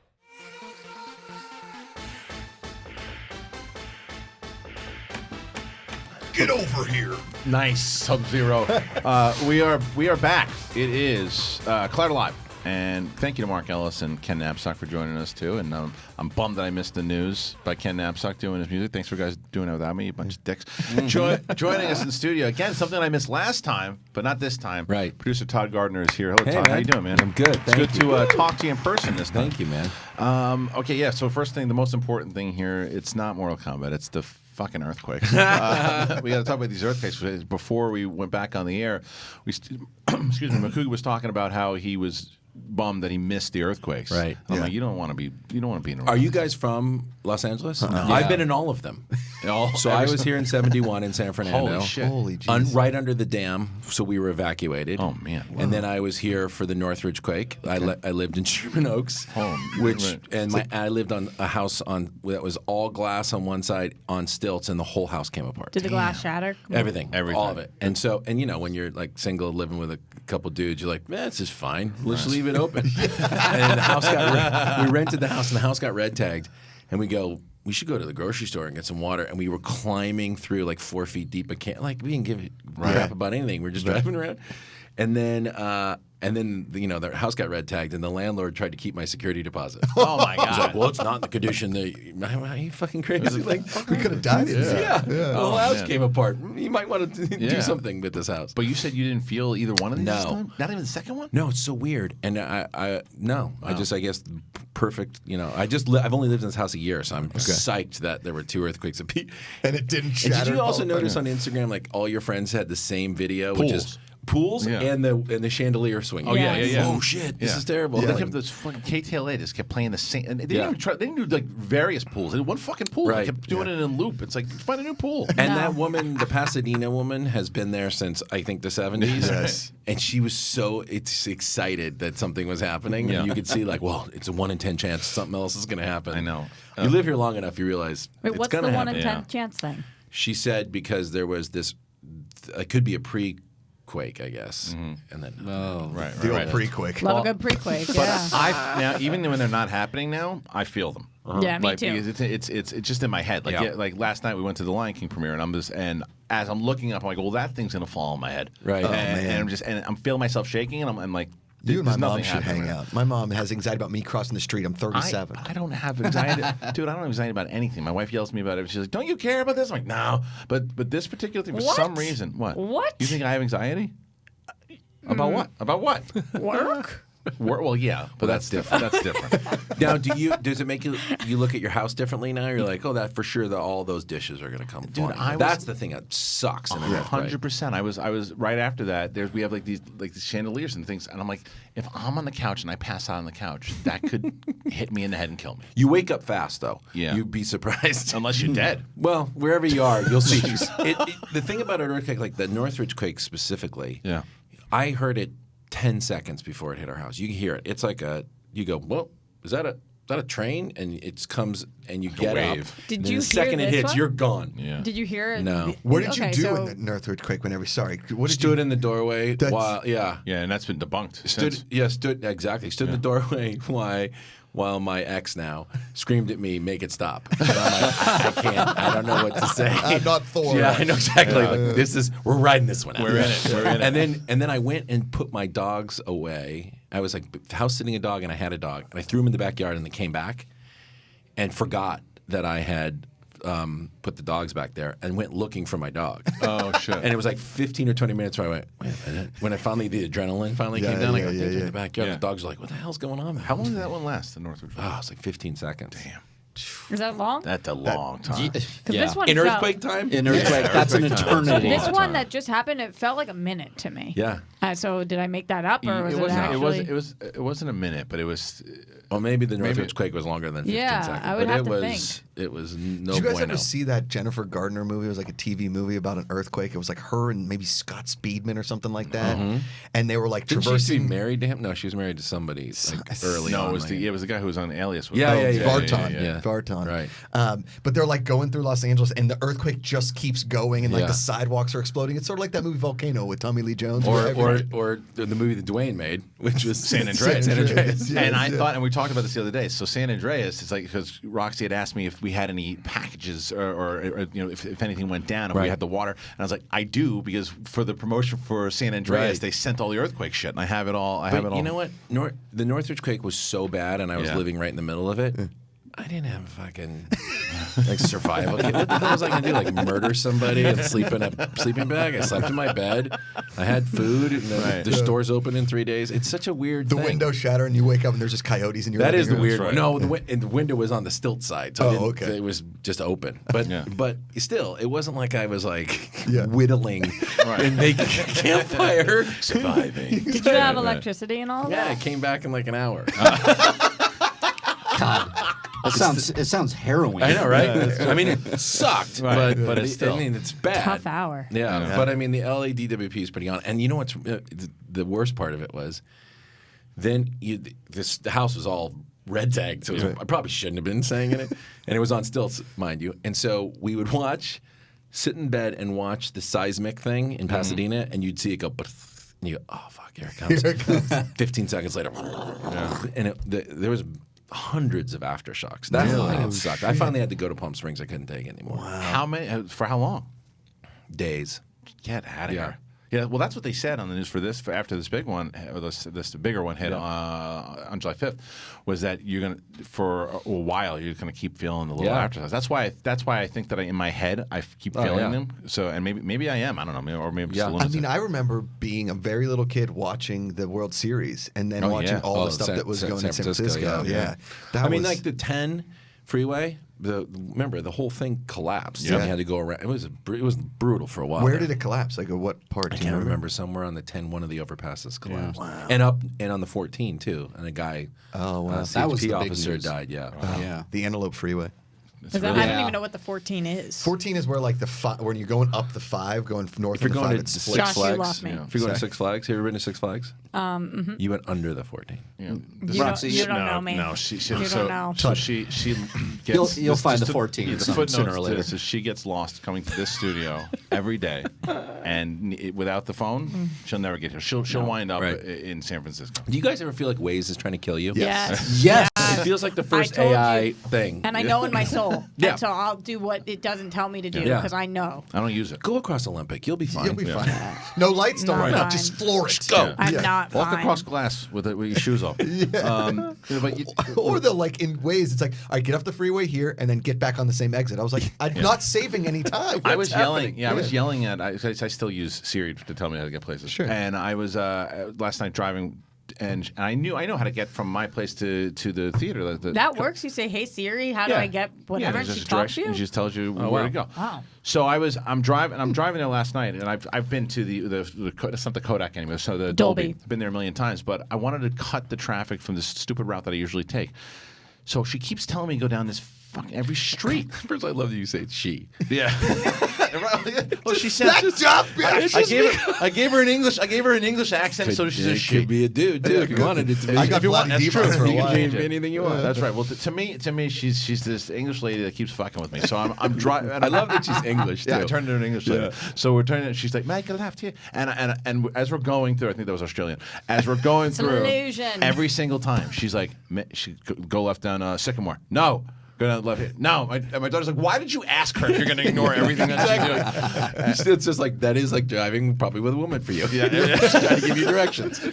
I know my route. I did for a second have Siri be Australian woman. Yeah. But then when Rebel did my name on my podcast, Todd Garner. Yeah. I can't do it anymore because I just every time I would hear anything from her, I'd be like, I can't. This is Rebel. It's like Rebels in my head, so I had to switch it. And that was it. So yeah, before we get into, because I want to talk to you about this Mortal Kombat thing, but your podcast. Can you tell them? I know we talked about it a little bit last time. Yeah. Can you tell the listeners if they want to find it? Yeah, it's called The Producer's Guide. You can find it on Apple Podcasts. And it's just a thing that I wanted to do because so many reasons. But the biggest reasons are, so many people don't know what a producer does. And especially right now, all they think is like molest people. Not a great look. Yeah. Not a great look for my job. And so I wanted show someone who doesn't do that and and kind of talk about what I think a real producer does, having done this. And so the people that I've interviewed, I respect, feel that they do the job well. Clearly, that's why you haven't had me on. And so he's smart too. And so I am, and I'm just really talking about the things I'm interested in. I'm learning so much from just my friends. It's been bizarre to like really deep dive into their careers and kind of the way that they wrap their heads around. How the long have you been business. doing it for? A year. A year, okay. And so, and then the second thing was just because I grew up in San Fernando, literally like San Fernando. Yeah. And so I didn't know a single person in the business. I just saw movies and thought, well, that would be a cool job. And I didn't have any way to, besides Entertainment Tonight. That was kind of like the only thing that was around. The John Tesh days? Yeah, right. Very hard. Right. Oh, yeah. And so it was the only thing that you could get any information about the business. So I just wanted to lift the veil on it and talk about it. Yeah, it's because I see and I worked for Joel Silver for like 3 years over when he was at Warner Brothers and on the lot, and you meet a lot of executives when you're over on that side too. Sure. And I didn't know, and again, I don't know how much you talked about it last time, but you were a Disney exec for a bit too. 10 years. And that's the thing, you can tell that eventually because you're too cool to be an executive. Yeah. That was always the thing. It's so true. I mean, not that I'm too cool to be an executive. But you were just but it is the thing too that's honest. so weird. You would go, I love movies. I want to make movies. I want to be creative. And always people think you're the bank at the end of the day. It's like people are like, all right, shut up. And so that was the real reason I made the switch, is because I just wanted to be there every day. Right. I didn't want to just, when I was running Revolution, I was running the film part of Revolution. We were making 12 movies a year. Yeah. That's a lot. And so we had a very small staff. And so you can't really be involved that much in each one. Yeah. And so for me, I wanted to really just be there every day. You worked with my buddy. You worked with Naveed. Yeah. Yeah, because Naveed. Yeah, Naveed worked at Revolution with me. Yeah, because Naveed was a close friend of mine. I met him when I was over at Silver. Yeah. And so everything connects. David Gambino, all those guys. Sure. So, yeah, it's crazy. Sure, Yeah. and Joel's having a moment. Yeah, right now. Yeah. Well, that's a funny thing too. So for those people out there too, we talked about it a little bit last week. Joe Silver, who was part of Silver Pictures it was his company. Yeah. Hence the name. Which is so weird. He was part of Silver When I Pictures. read Joel Silver exiting Silver Picture, I was like, how does that happen? Yeah. Well, first thing everyone says though, and I've got tons of phone calls about it. They're like, me too. Everyone thinks right away that's when. And I was like, nah, it wasn't the case. And at the time, it hadn't come out. And I said, I'm pretty sure it's just this investor that he's got. Yeah. And Look, every big producer of that time was that kind of personality. I mean, they were making these big bombastic movies, and they had big bombastic personalities. I told the story about Larry Gordon when I was at Revolution. I was the head of production, and we were doing Hellboy together. He called me and lit me up, and I was well, I didn't even know what the problem was, and I didn't seem like a problem. And I go, Larry, this doesn't seem like a problem. Why are you yelling at me? He goes, I'm not yelling at you. If I was yelling at you, you would know. You would know it, Holy yeah. shit. Yeah, Joel, yeah. Wow. All right. That seemed a lot like yelling. Yeah. Joel came from that same school. Totally. Yeah. Oh, and by the way, Don Simpson back in the day. Yeah. And so, it was that time too when they were making those kind of movies and Die Hard and Top Gun and stuff. And you go back and look at Premiere Magazine and you just see these low angle shots of Jerry and Don, in front of a NASCAR car, or Joel and with Bruce Willis all beat up. Yeah. So yeah, it was a great time if you were that character. That's right. Well, and that's essentially what that report said about him, Yeah. was that he's still living in that time, and it's not the time of that producer anymore. No. And he still wants to live that way, and everyone's like, you can't live that way, dude. So he's going off to doing his own shit now. Well, that's the third. I mean, if I had to rank them, the third reason I'm doing the podcast is because the producer credit has been so devalued through the business that you go look at like an Emmett Furlow movie, there are 40 producers on the movie. And so it just says anybody who looks at credits, there's no reality to it. I mean, the Producers Guild has tried to put this PGA mark on it. Well, that's the question I get from all my non-Hollywood friends, whether it's back in Pittsburgh or my parents are like, what's the difference between a producer, a co-producer, an executive producer? And I was like, there's a lot. It just gives you credit at your high school reunion. That's Correct. It. Yeah. Well, then you're in television, it's the exact flip too. Correct. Where the EP credit is what you want. And so Right. I'm trying to just talk about all that. Yeah, and that's it's funny that we mentioned that too. Is Ethan Irwin, who plays in our movie Trivia Schmodown too. He's still over there. I don't know what the hell he's going to be doing yet too. They haven't made any announcements about it, but it's a crazy shakeup, and there's all these things that could happen like that. Like tomorrow. Do you ever go back and think I'd love to produce this movie? Do you know, with this person or anything like that? Oh yeah, all the time. I'm jealous of all of my friends, which is also fun to talk to them because, there's so many movies that I would kill to have done. But again, I couldn't have done them. Peter Guber said something really interesting among many things, but a long time ago, he was quoted as saying, "Is there any movie that you regret passing on?" And he's like, "No, I can't think that way because I wouldn't have made it in the way that person made it." Right. So, Right. yeah, I mean, there's a bunch of movies that you just. What's the funniest phone call you've ever gotten from an actor or a director? Be like, Todd, you got to help me on this one or something like that. Oh man, so many. There's so many that I can't probably talk about. But the thing about actors is it's such a hard job. Yeah. And so, they're so vulnerable being up on the screen. And so anybody who doesn't appreciate that and understand that and come from that place of understanding of I couldn't do it. Yeah. And you have to come at every situation with an actor they're exposed. And so if you don't appreciate that. So I had a very, very well-known Academy Award-winning actress one day when I was a studio executive say, you need to come down to this set and beat the shit out of this director. I can't take it anymore. And I went down. You're pretty big, dude. Yeah. I went down, and the director was not listening to her and just sort of stomping around and being an asshole. And David O. Russell. No.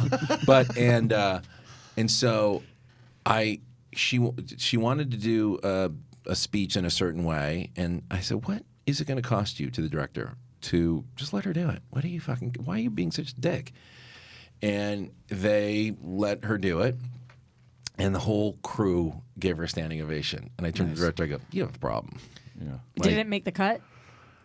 I can't remember, but I think so. But the issues were deeper than that. So it's like, you have a problem. Yeah. And, and that was the first time that the director was like, whoa, okay. So it's just so many of those kind of things of just being able to navigate those waters. And people don't realize, though, that, again, like you're talking about on your podcast, that that's the type of stuff producers have to do, like, all the time. That's the thing that people put out fires, man. Every day. Yeah. And that's the thing that people don't realize. I guess they just think, and there are a lot of producers, there's managers that are producers, there's guys who just throw money in it, there's guys who just want the title.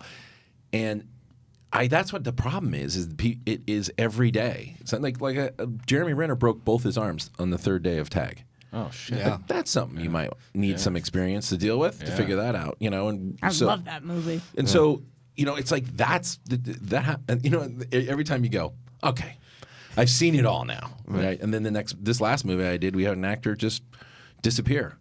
A couple weeks into shooting. What do you mean? Which one? What movie? And Playing with Fire. And so you go, we have to reshoot a little bit.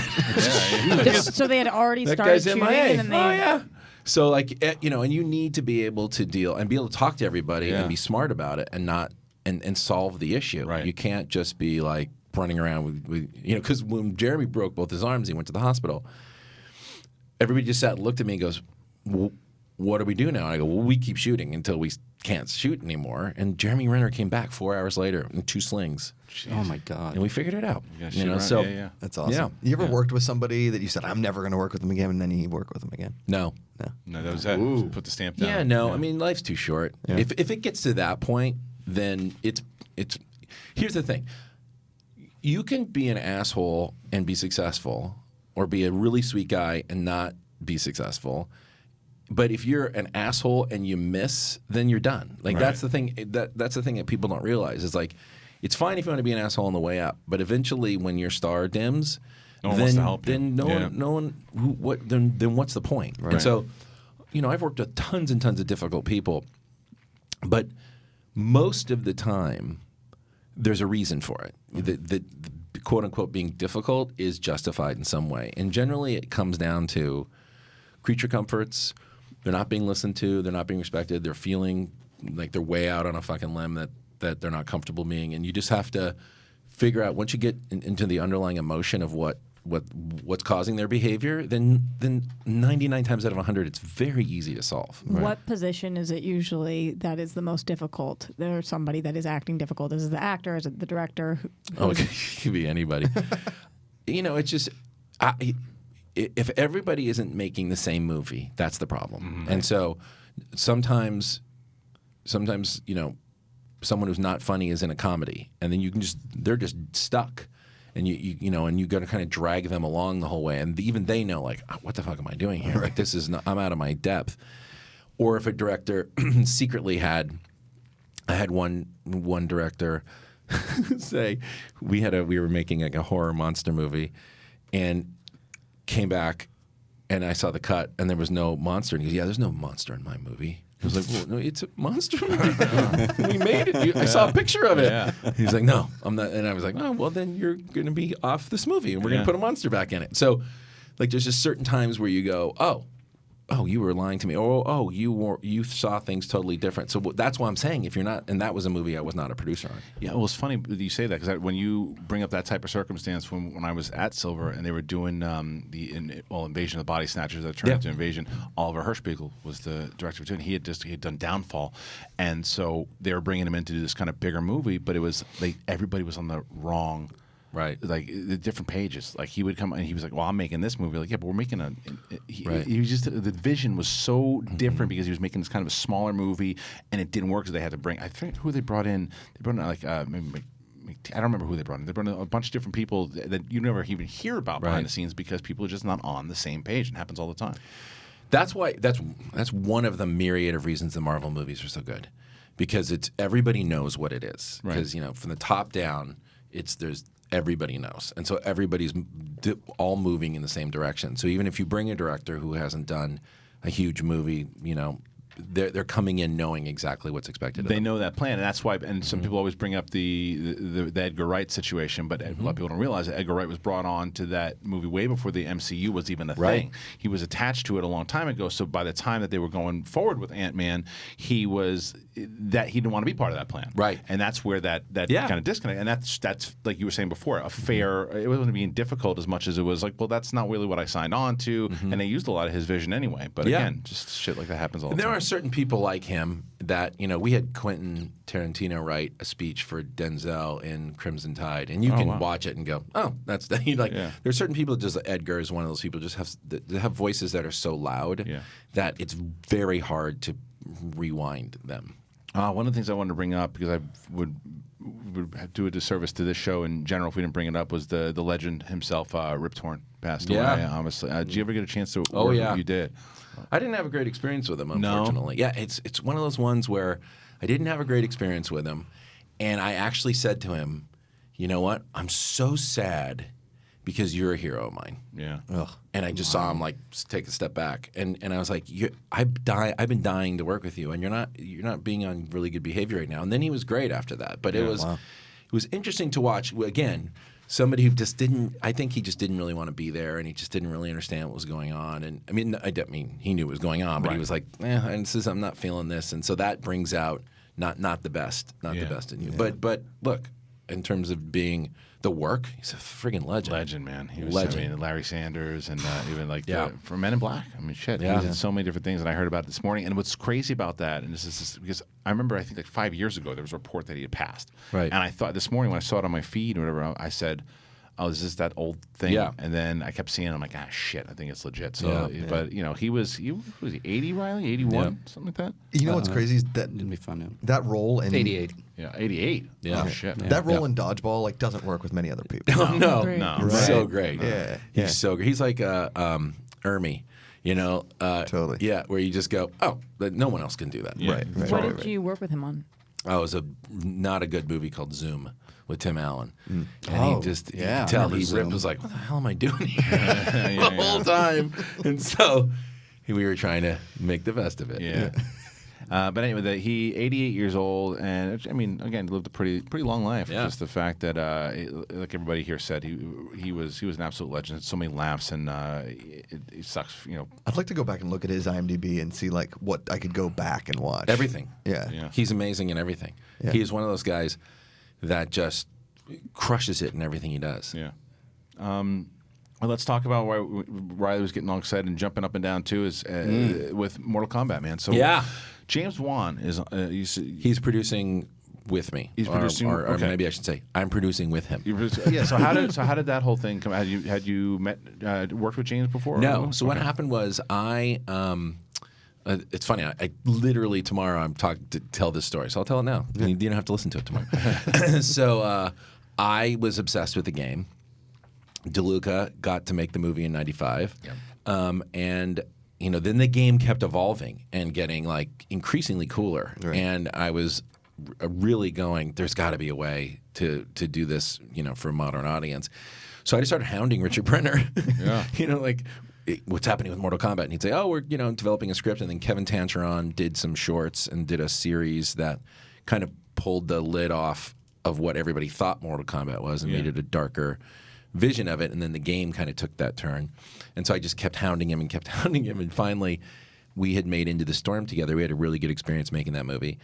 And so he said, well, come in and just talk, read the script and talk about it. And we, he and I and Dave Neustadter and Walter Amada sat down and really went through it and said, well, what if it was this? And what if it was that? And we just sort of got into it. And he said, well, go ahead. Why don't you take a run at it? So we started, we were about to start down a path, and they had, the Conjuring universe was really taking off. And James was a huge fan and said, and Walt Hamada goes, would you meet? This is the best. He goes, would you meet with James to see if you'd let him in? I'm like, fuck, are you fucking joking? Yes. And first of all, he's in.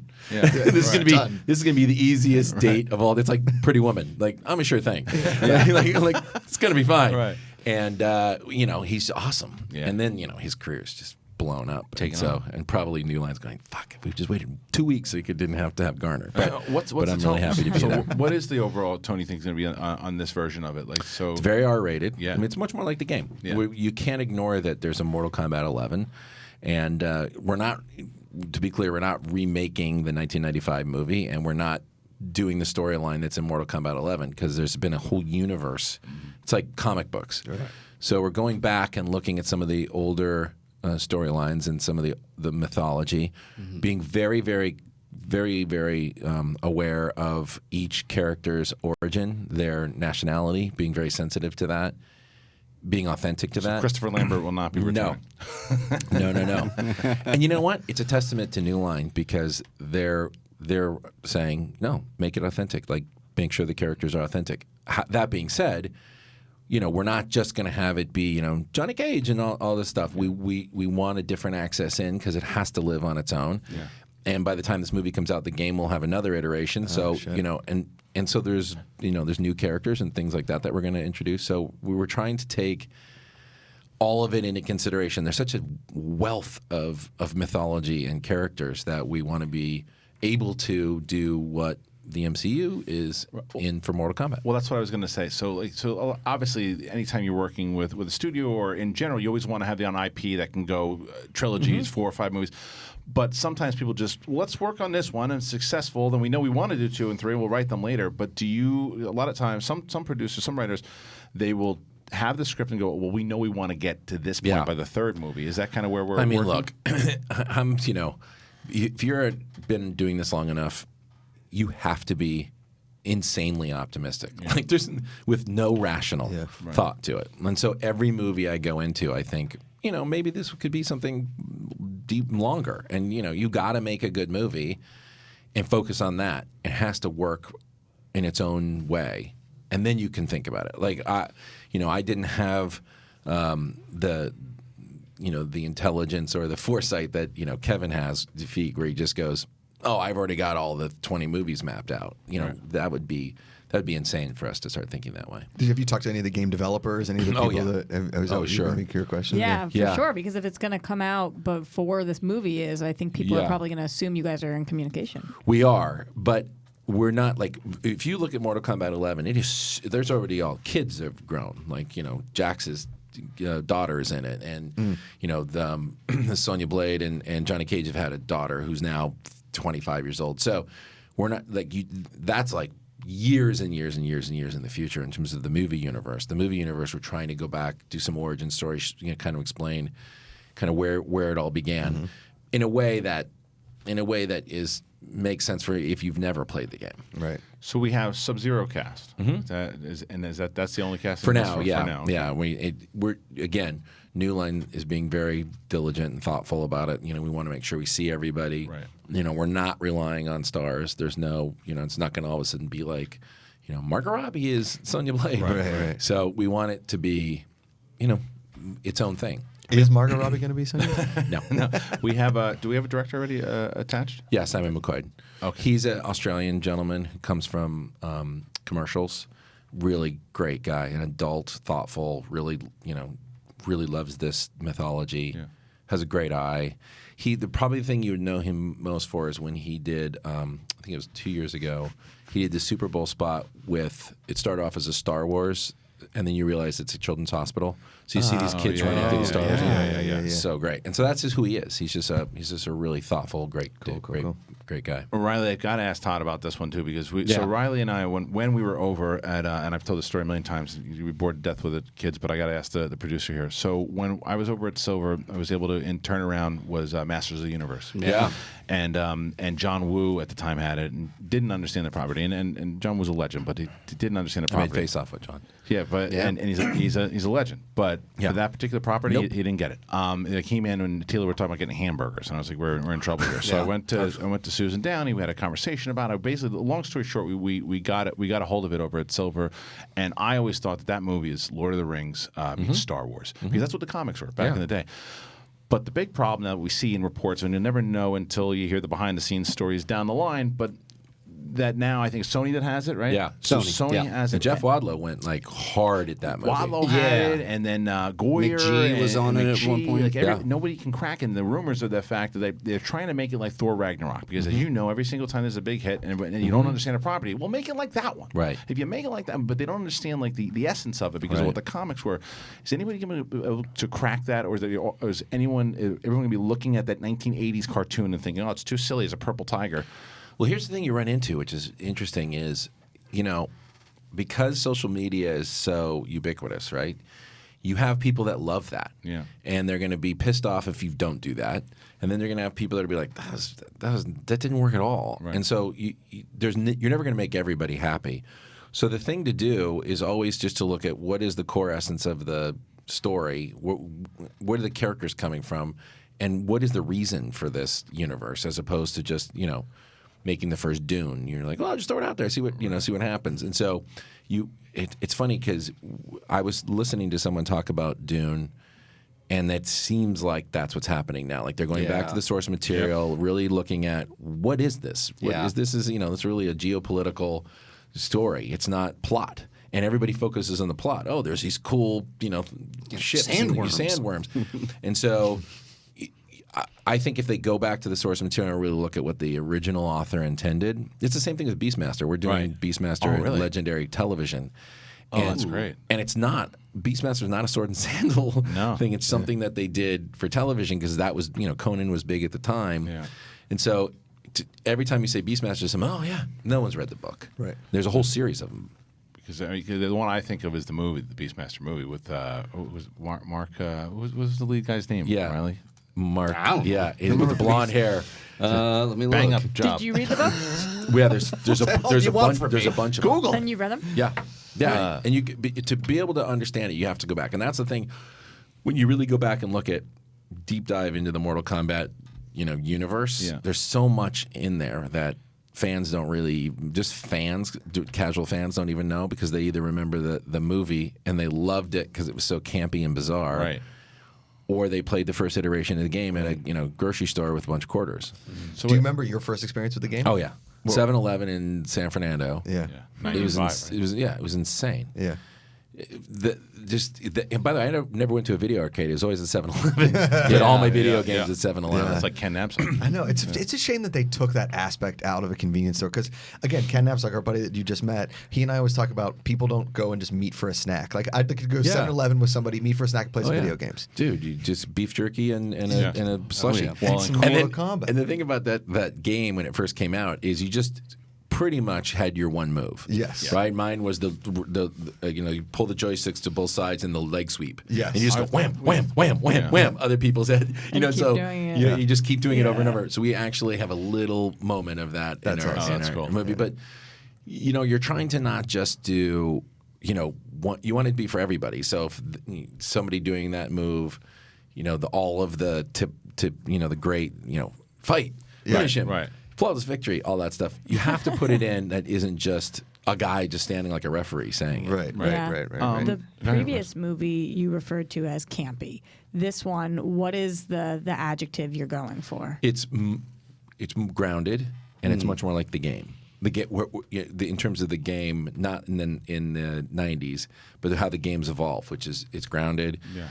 It's not so much a tournament anymore. It's really about characters in conflict. There's a whole mythology to why, Earthrealm and Outworld have been battling, and there's so we're very conscious of that movie. Yeah. And making sure that we don't just have a proscenium where two guys walk in and just beat the shit out of each other. Yeah. The other thing is that because the video game movie has, Cody will argue and say Pikachu is probably the most successful one. But Mortal Kombat, the '95 version, is the one that people would say is probably still the best. Well, it broke the curse. Yeah, well, which is ridiculous because the biggest curse of all was pirate movies.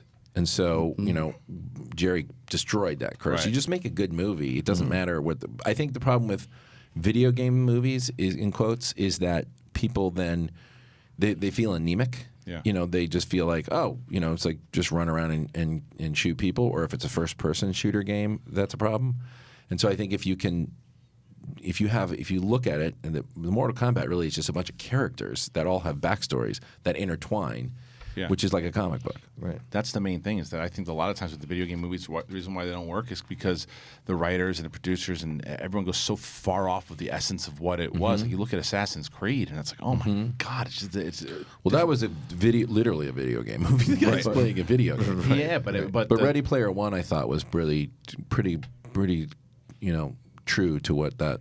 It was supposed to have the book, but I mean, but as far as the video game, it's the video games that have been adapted, like Max Payne and things of that nature. Like it just even Warcraft. But none of them none of them transfer over. So and from what you're saying is what you guys want to do is go more towards the essence of what made the game special. The characters. So it's just I was fascinated by when you tackle the video game movie, which has not. It's because comic book movies for a long time were kind of taking a road down with Batman and Robin and all that shit. So it's got to be a little. Maybe it's not daunting. I don't know. It's daunting. Yeah. I mean, it's daunting when you're doing any movie, The movie I just finished with John Cena took me 14 years to get made. So they're all daunting. What movie is that? It's called Playing with Fire. That's the one. It's a throwback, kind of like a Game Plan pacifier kind of comedy, which haven't been made in a long time. Right. And so it's Cena and Keegan-Michael Key and John Leguizamo and Judy Greer. Oh, wow. How's working with Cena? Because I hear it's amazing. That's what I hear, man. I hear the guy. Because those wrestlers, the ones who were really like the top stars, like The Rock. Yeah. Hardcore. I was a writer from them for a little bit, so you see like the schedule that these guys have. Work ethic. It's crazy because they got to do house shows, they got to travel, and it's just. I'm sure the guy was never a second. Nope. Yeah. No. Just that type of guy. No. Yeah. And he also, demands the same. Like a guy who shows up, and if you're, you got to be ready, and you got to work, and he wants to work, and he'll work hard, and here's who John Cena is. Before, I'm a big thing of, I talk about it on my podcast all the time, like catering and housing for me is a big thing because I'm going to be gone in Australia shooting Mortal Kombat for 3 months. Wow. So I'm going to be away from my family, and so I take that into account that everybody's going to be there, all the actors. So I want to make sure everybody's taken care of. And I said to John, well, obviously you're going to want to work out. What can I do for you? And he said, just get me a key to a box gym and tell him I'll sign whatever, responsibility waiver, whatever, and just so I can go in there whenever I want and I won't bother anybody. I'm like, Jesus, all right. It's simple, yeah. So simple. Yeah. And that's who he is. He just keeps his head down and just such a good dude. I think we did 4 Make-A-Wishes while we were shooting. Oh, wow. Yeah. He's amazing. That's awesome. An amazing guy. Yeah. Have you talked about can you talk about what playing with fire is all about? Yeah, it's these smoke jumpers who are the guys who literally parachute into fires. They stumble upon this cabin that's on fire, and they find these 3 kids.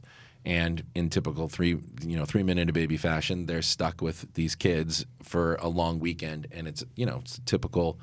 Guys are idiots, and we don't know how to take care of kids. Right. Nice. And the kids kind of get over on him.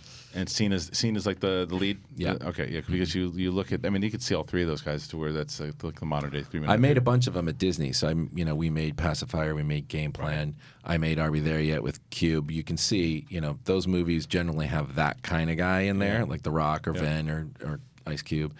And now John. Why 14 years? Why did it take 14 years?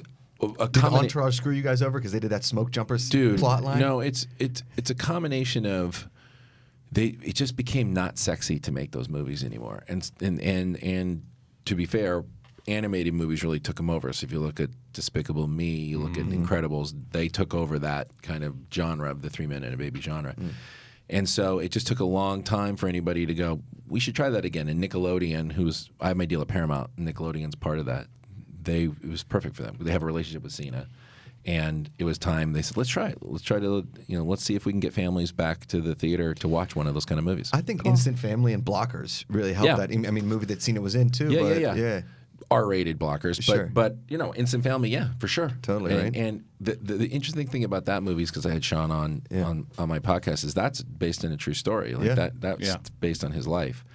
So yeah, I think that when you have something for the entire family, especially around November, which is when we're coming out, you have a good shot. And it's also really good, and this is weird, but like great airplane movies. Yeah. Because you don't want to be the dude watching some creepy movie on the plane, right? And they're not even going to offer that to you. It's like when we have to watch screeners and stuff here, and people walk by, what's that nudity scene? I'm like, I got to watch a screener for a weird show on Amazon. I'm sorry, but like a movie like Instant Family, I'm crying on an airplane, and you're stuck laughing there, you're on it watching too, and laughing, and it's just like it's one of those movies.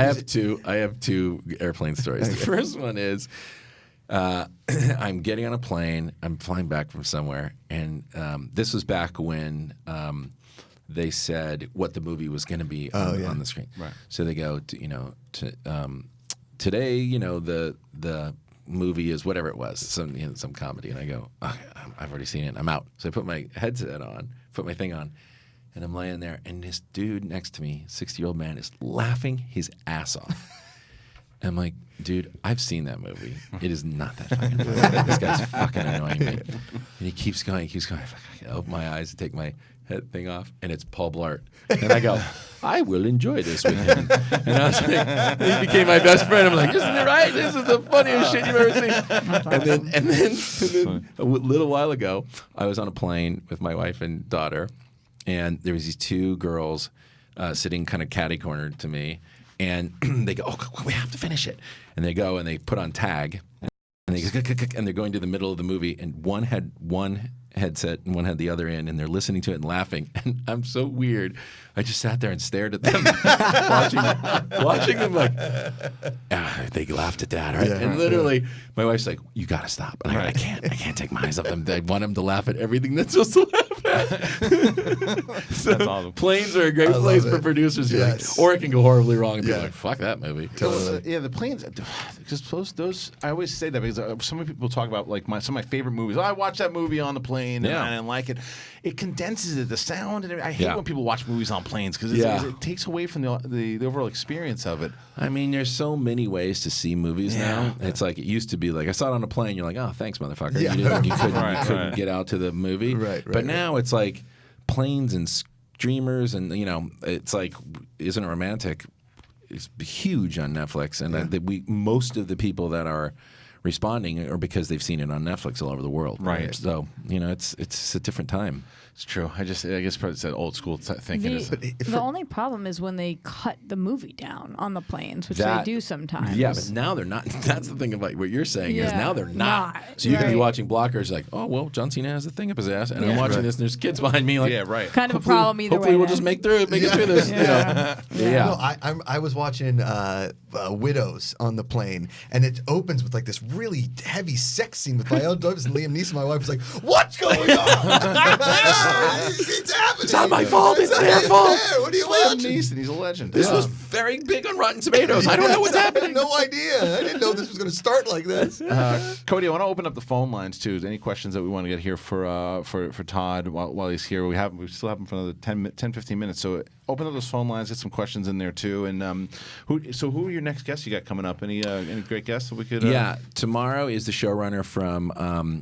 I can never remember. I always blank on the movie *Handmaid's Tale*. Bruce Miller. So yeah, and She it's could a write you 4 pages. It's of a great. notes. It's a great interview because he's fascinating and it's interesting because he was not it's about tenacity. It's why I told the story about Mortal Kombat, because he's a guy who read it as a young person and was obsessed with that book, and every time he would become available would say to his agents, hey, what's going on with that? What's going on with that? And finally, years and years later, when Hulu got the rights, they said, all right, come in. He doesn't tick one box.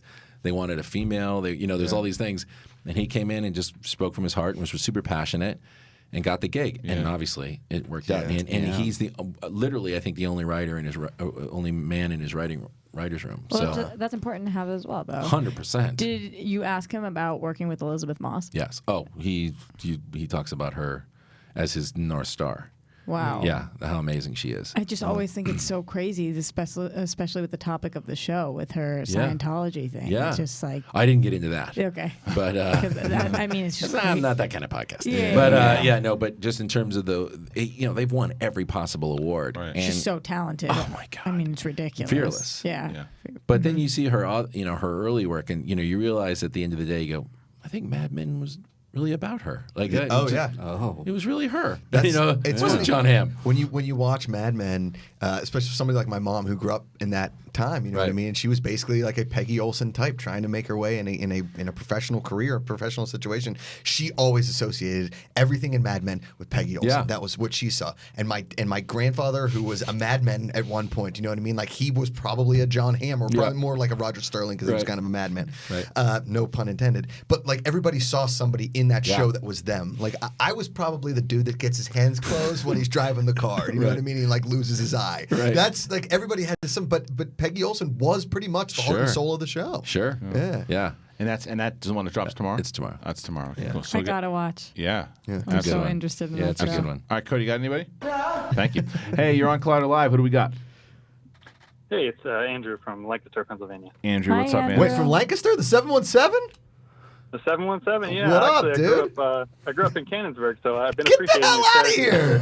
412 and 724. What up? What up? Is that a thing that you It's guys like the do? area You do your code. area codes? I know, Yeah. but is it you or is that a specific thing from your hometown? There's a shirt in Pittsburgh. 412 is our area code, and so everywhere in Pennsylvania is like, oh, you're a 215, or you're a 609, you're a 717. It's a thing. We do that where I'm from too. Yeah. There you go. I don't have the 718 or I don't even know that's a thing anymore in Queens, but it was 718 back in the day. Yeah. Never once. Here, 424. Right. I've never done it. 323, 213. I was 818 for a long time. That's probably why I have a thing about it.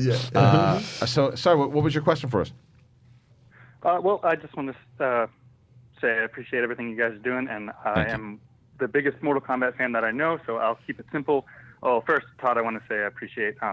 Seems like you've been putting in all kinds of work and diligence to make sure that this is going to appeal to the hardcore fans. So thank you for that. But to keep it simple, I guess we'll just, if you want to go around, everyone just, who's your favorite Mortal Kombat character? Wow. I have the lame one. Sub-Zero was always my favorite. That's not lame at all. That's mine. Todd, who you got? Scorpion. Okay. Scorpion. Yeah. Roxy? Classic. Everybody always said that I was like a Sonya Blade, so Did you play her? Yeah, a lot. I was embarrassingly enough. Oh, I always say I liked Mortal Kombat 2 better than the first Mortal Kombat because they introduced Baraka. I always like sword arms. Yeah, I sure. always wanted sword arms. I was always a Raiden guy. Raiden. I can see Raiden. that. I see that for sure. Did you ever think that Big Trouble in Little China was like Mortal Kombat was almost? Wasn't it actually 100% based on that? That's what I how heard. he came up with the game. No shit. 100% from he admits it. Yeah, he talks in one of the books. I think he talks about he came up with the game just by watching that movie. In that movie, are they still doing that remake? Or no, not a remake. It was supposed to be a direct sequel with Dwayne The Johnson. Rock. Yeah. I don't know if that still happened. That would be something. He who knows? He probably shot it in between all his other. That's insane. That's in the can. Yeah, I'm convinced there's 7 of him. He's got to be a clone, man. Yeah. But then you talk about the same type of thing. He's got him and Cena. Work ethic. Yeah, man, it's crazy because they did that style working whatever it was 200 days out of the year, going on the road doing all this shit. It's insane. And seeing how brands are built too. Yeah, man. Yeah. All right, let's do another one, Cody. Thank you, Andrew. All right, hey, you're on Collider Live. Who do we got? Hey, you got Derek from North Carolina. Derek, what's up, Derek. man? What's up? So you got something for us today? Yeah, sure. First off, I'm actually one of Josh's patrons on Patreon. Wow. Thank you, sir. Yeah. Appreciate that. Yeah. First off, I want to just say you sold me on the Mortal Kombat movie. Nice. I'm buying a ticket. Don't need to see a trailer. I love what I'm hearing. I'm buying a ticket. Thanks. Nice, there you go. Cool, Derek. I'll hold you to that. And well, let me ask you. So that we I'll come to North Carolina. and I have to be honest, that was the thing. Like, and it's when you hear Todd talking about it's the passion of it and the fact that they want to stay true to material, right? Is that what got you into getting you in the theater? Yeah, for sure. Like, cause I'm an aspiring writer myself, and just when you talk about it's character driven, talk about backstory, and I'm excited to hear about Sub-Zero. I have my own ideas where the story might go, but I'm really excited to hear that Sub-Zero's in it, and that we're focusing on characters. And of course, it's gonna be R-rated. It's gonna be awesome. Yes, that is great. key. Yeah. Yeah. All right. So what was your question? My question is actually because, like I said, I'm an aspiring writer. Like, I have a question. Like, if you're someone who doesn't live in LA or Atlanta like I do, like I don't live in those areas, what advice could you give for someone like me who wants to get like their spec scripts in front of someone like you? Contests and go just every contest you can find, put your script in.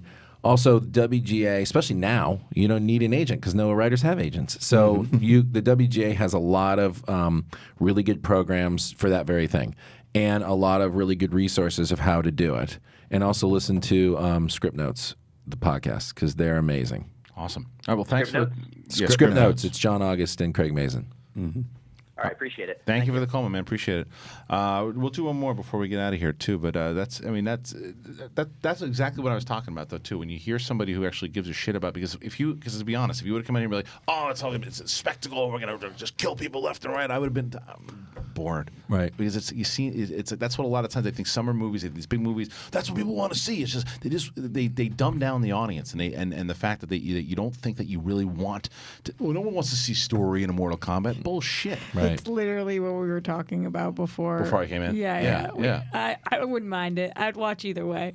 I don't think that anything Well, wrong I can think be done. I think that spectacle is really what's selling right now in terms of if you're going to go to the theater, you want to see crazy shit. John it Wick. doesn't mean but John Wick is a perfect example because my good friend produces that. You want to see that because you want to see a guy go. He's like being a knife fight. We're better than a knife store. So you want that spectacle and those twists, but not at the expense. And that's what Marvel's teaching everybody is not at the expense of the characters. Well, both. It's both. Yeah. I was going to use the example as my favorite summer blockbuster all time is Independence Day, right? And that is a movie about aliens attacking Earth, but it's also about awesome characters. You think about the greatest American president, it's Bill Pullman in Independence Day. Think about the wild card, it's Talk Randy about a Quaid. speech. Talk about a speech. I'd have given him a standing ovation if I was the extras in there. Right. I mean, the whole thing about that movie is Will Smith is a character. Harry Connick Jr., who's not in the movie makes an impact. Yep. And you're just trying to get through the force field of the aliens, but you're also hoping that every single person survives. Because listen, the president's wife might have 10 lines in the movie, but when she dies, it's a pretty emotional part. Man. I have never heard somebody be as passionate about Independence Day as you. Oh, you should hear Bring up Bad Boys. Bad Boys. Oh no, Bad Boys! I can go all day. There it is. Come on, right? Joe Carnahan came in here and started talking about his Bad Boys for Life pitch, and then he sent me an animation of what it was going to look like, and I almost started crying at my laptop. Bad Boys 2, Bay, I went in early to see a cut of Bad Boys 2 with him at his Avid. Oh my god! And he showed me when the thing comes down the the cocaine fields. All through the villages, smashing through everything. Yeah. It's like a 5 or 6 minute sequence. Yeah. And he clicks it off and he goes, on the page, that was an eighth of a page. And I go, holy shit. And he's like, yeah. And I go, I got to see the rest of this. And the end when they're driving through the whole thing, the guy who was with me, who used to be Rob Moore, who was my partner, was so mad. He's like, yeah, movie, that was so indulgent. You didn't need all that. And I'm like, who gives a shit? You saw a car drive through a mansion like this, like that. Like, it wasn't our money. It was definitely Plan C. What do you care? So there is that part of it, too, where it's like, who gives a shit? It's their money. I like Bad Boys so much that my ring says we ride together, my wife says we die together. Nice. There's certain movies that, there's certain, for example, when I see a Fast and Furious movie, I don't need total breakdown on character and story. I get it, family. I get it. Yeah. But I get it. What I'm saying is a movie like Mortal Kombat, to which I have only seen that one movie, and is a video game movie that the video game movies have not hit. Right. That when you pitch me on story, what you just said about Marvel, Endgame worked because it was a huge spectacle, but it was so character driven from the beginning. I had Russo on the podcast. I don't know how they do it. Yeah. It's so good. So many. From it's like whack-a-mole. So how the hell do you take care of all of those characters? But that's what I agree with Roxy. It's a mixture of both. I don't just want to see one. I want to see both. All right, let's do one more call and then we'll get out of here. Thank you so much. Hey, you're on Collider Live. What do we got? Hi, this is Mike from Boston. Mike from Boston. Oh, yeah. What part? Back Bay. Cool. I made 617. Oh, 617. Wow. Very nice. I lived on Marlborough Street for 4 months. Hey. 4 months. Yeah. I think I've been in Boston once. 781 508. What's going on? All right, let's get a question in here before we do all the area codes in the world. For me, it's 516. I'm not originally from Back Bay, but was that New York? That's New York. Yeah. My question is, whenever I watch a movie, I always see the bunch of companies after, and I was just wondering, what's the real the role of those companies compared with the role of the studio, or an independent producer versus a studio exec? Because I've always been confused, what's the difference? Why you'd want to be one or the other, and what their roles are in getting a movie made. Yeah, great question. I've been all those things. So in general, when a movie starts, you'll see a logo come up. That's generally the studio first. Then you'll have probably 2 or 3 other logos, depending on the movie. and then those could either be distribution companies that have paid co-finance the movies, or if the producer is of a certain ilk, they'll have their logo in the front of it. And then all the stuff in the back probably is either people, especially on an independent movie, some of it's vanity for people that just gave money. Some of it is guys that probably helped get the movie made at some point. And the difference between a studio and an independent movie is a studio is just is a bank. You go and you get a loan to make the movie. They own it, and then they distribute it. In the independent world, you're cobbling together a lot of different places that you've gotten the money from, individuals, companies, and then you need to find a distributor both here and around the world. So those logos at the end generally are either distribution companies that have a piece of the movie or individuals that helped finance it. Right on. Awesome. Well, thank you for the phone call. And Todd, thank you for coming Thank in, you. man. I really Thanks, appreciate Todd. it. Thank you, And when guys. you get back from Australia, you got to come back and see us again. For yeah, sure. I will, for sure. Guys, that is the show here. Thank you so much to the whole damn crew. And what a big crew we had today. So thanks a lot. And also, make sure you get those tickets for the Schmodown Live next week, Comic-Con, July 20th. Rachel Cushing puts the Inner Geekdom Championship online against Mike Kalinowski. We'll be in San Diego, theschmodownlive.com, 8:30, and get the tickets for New York, August 31st. All right, guys, we will see you tomorrow.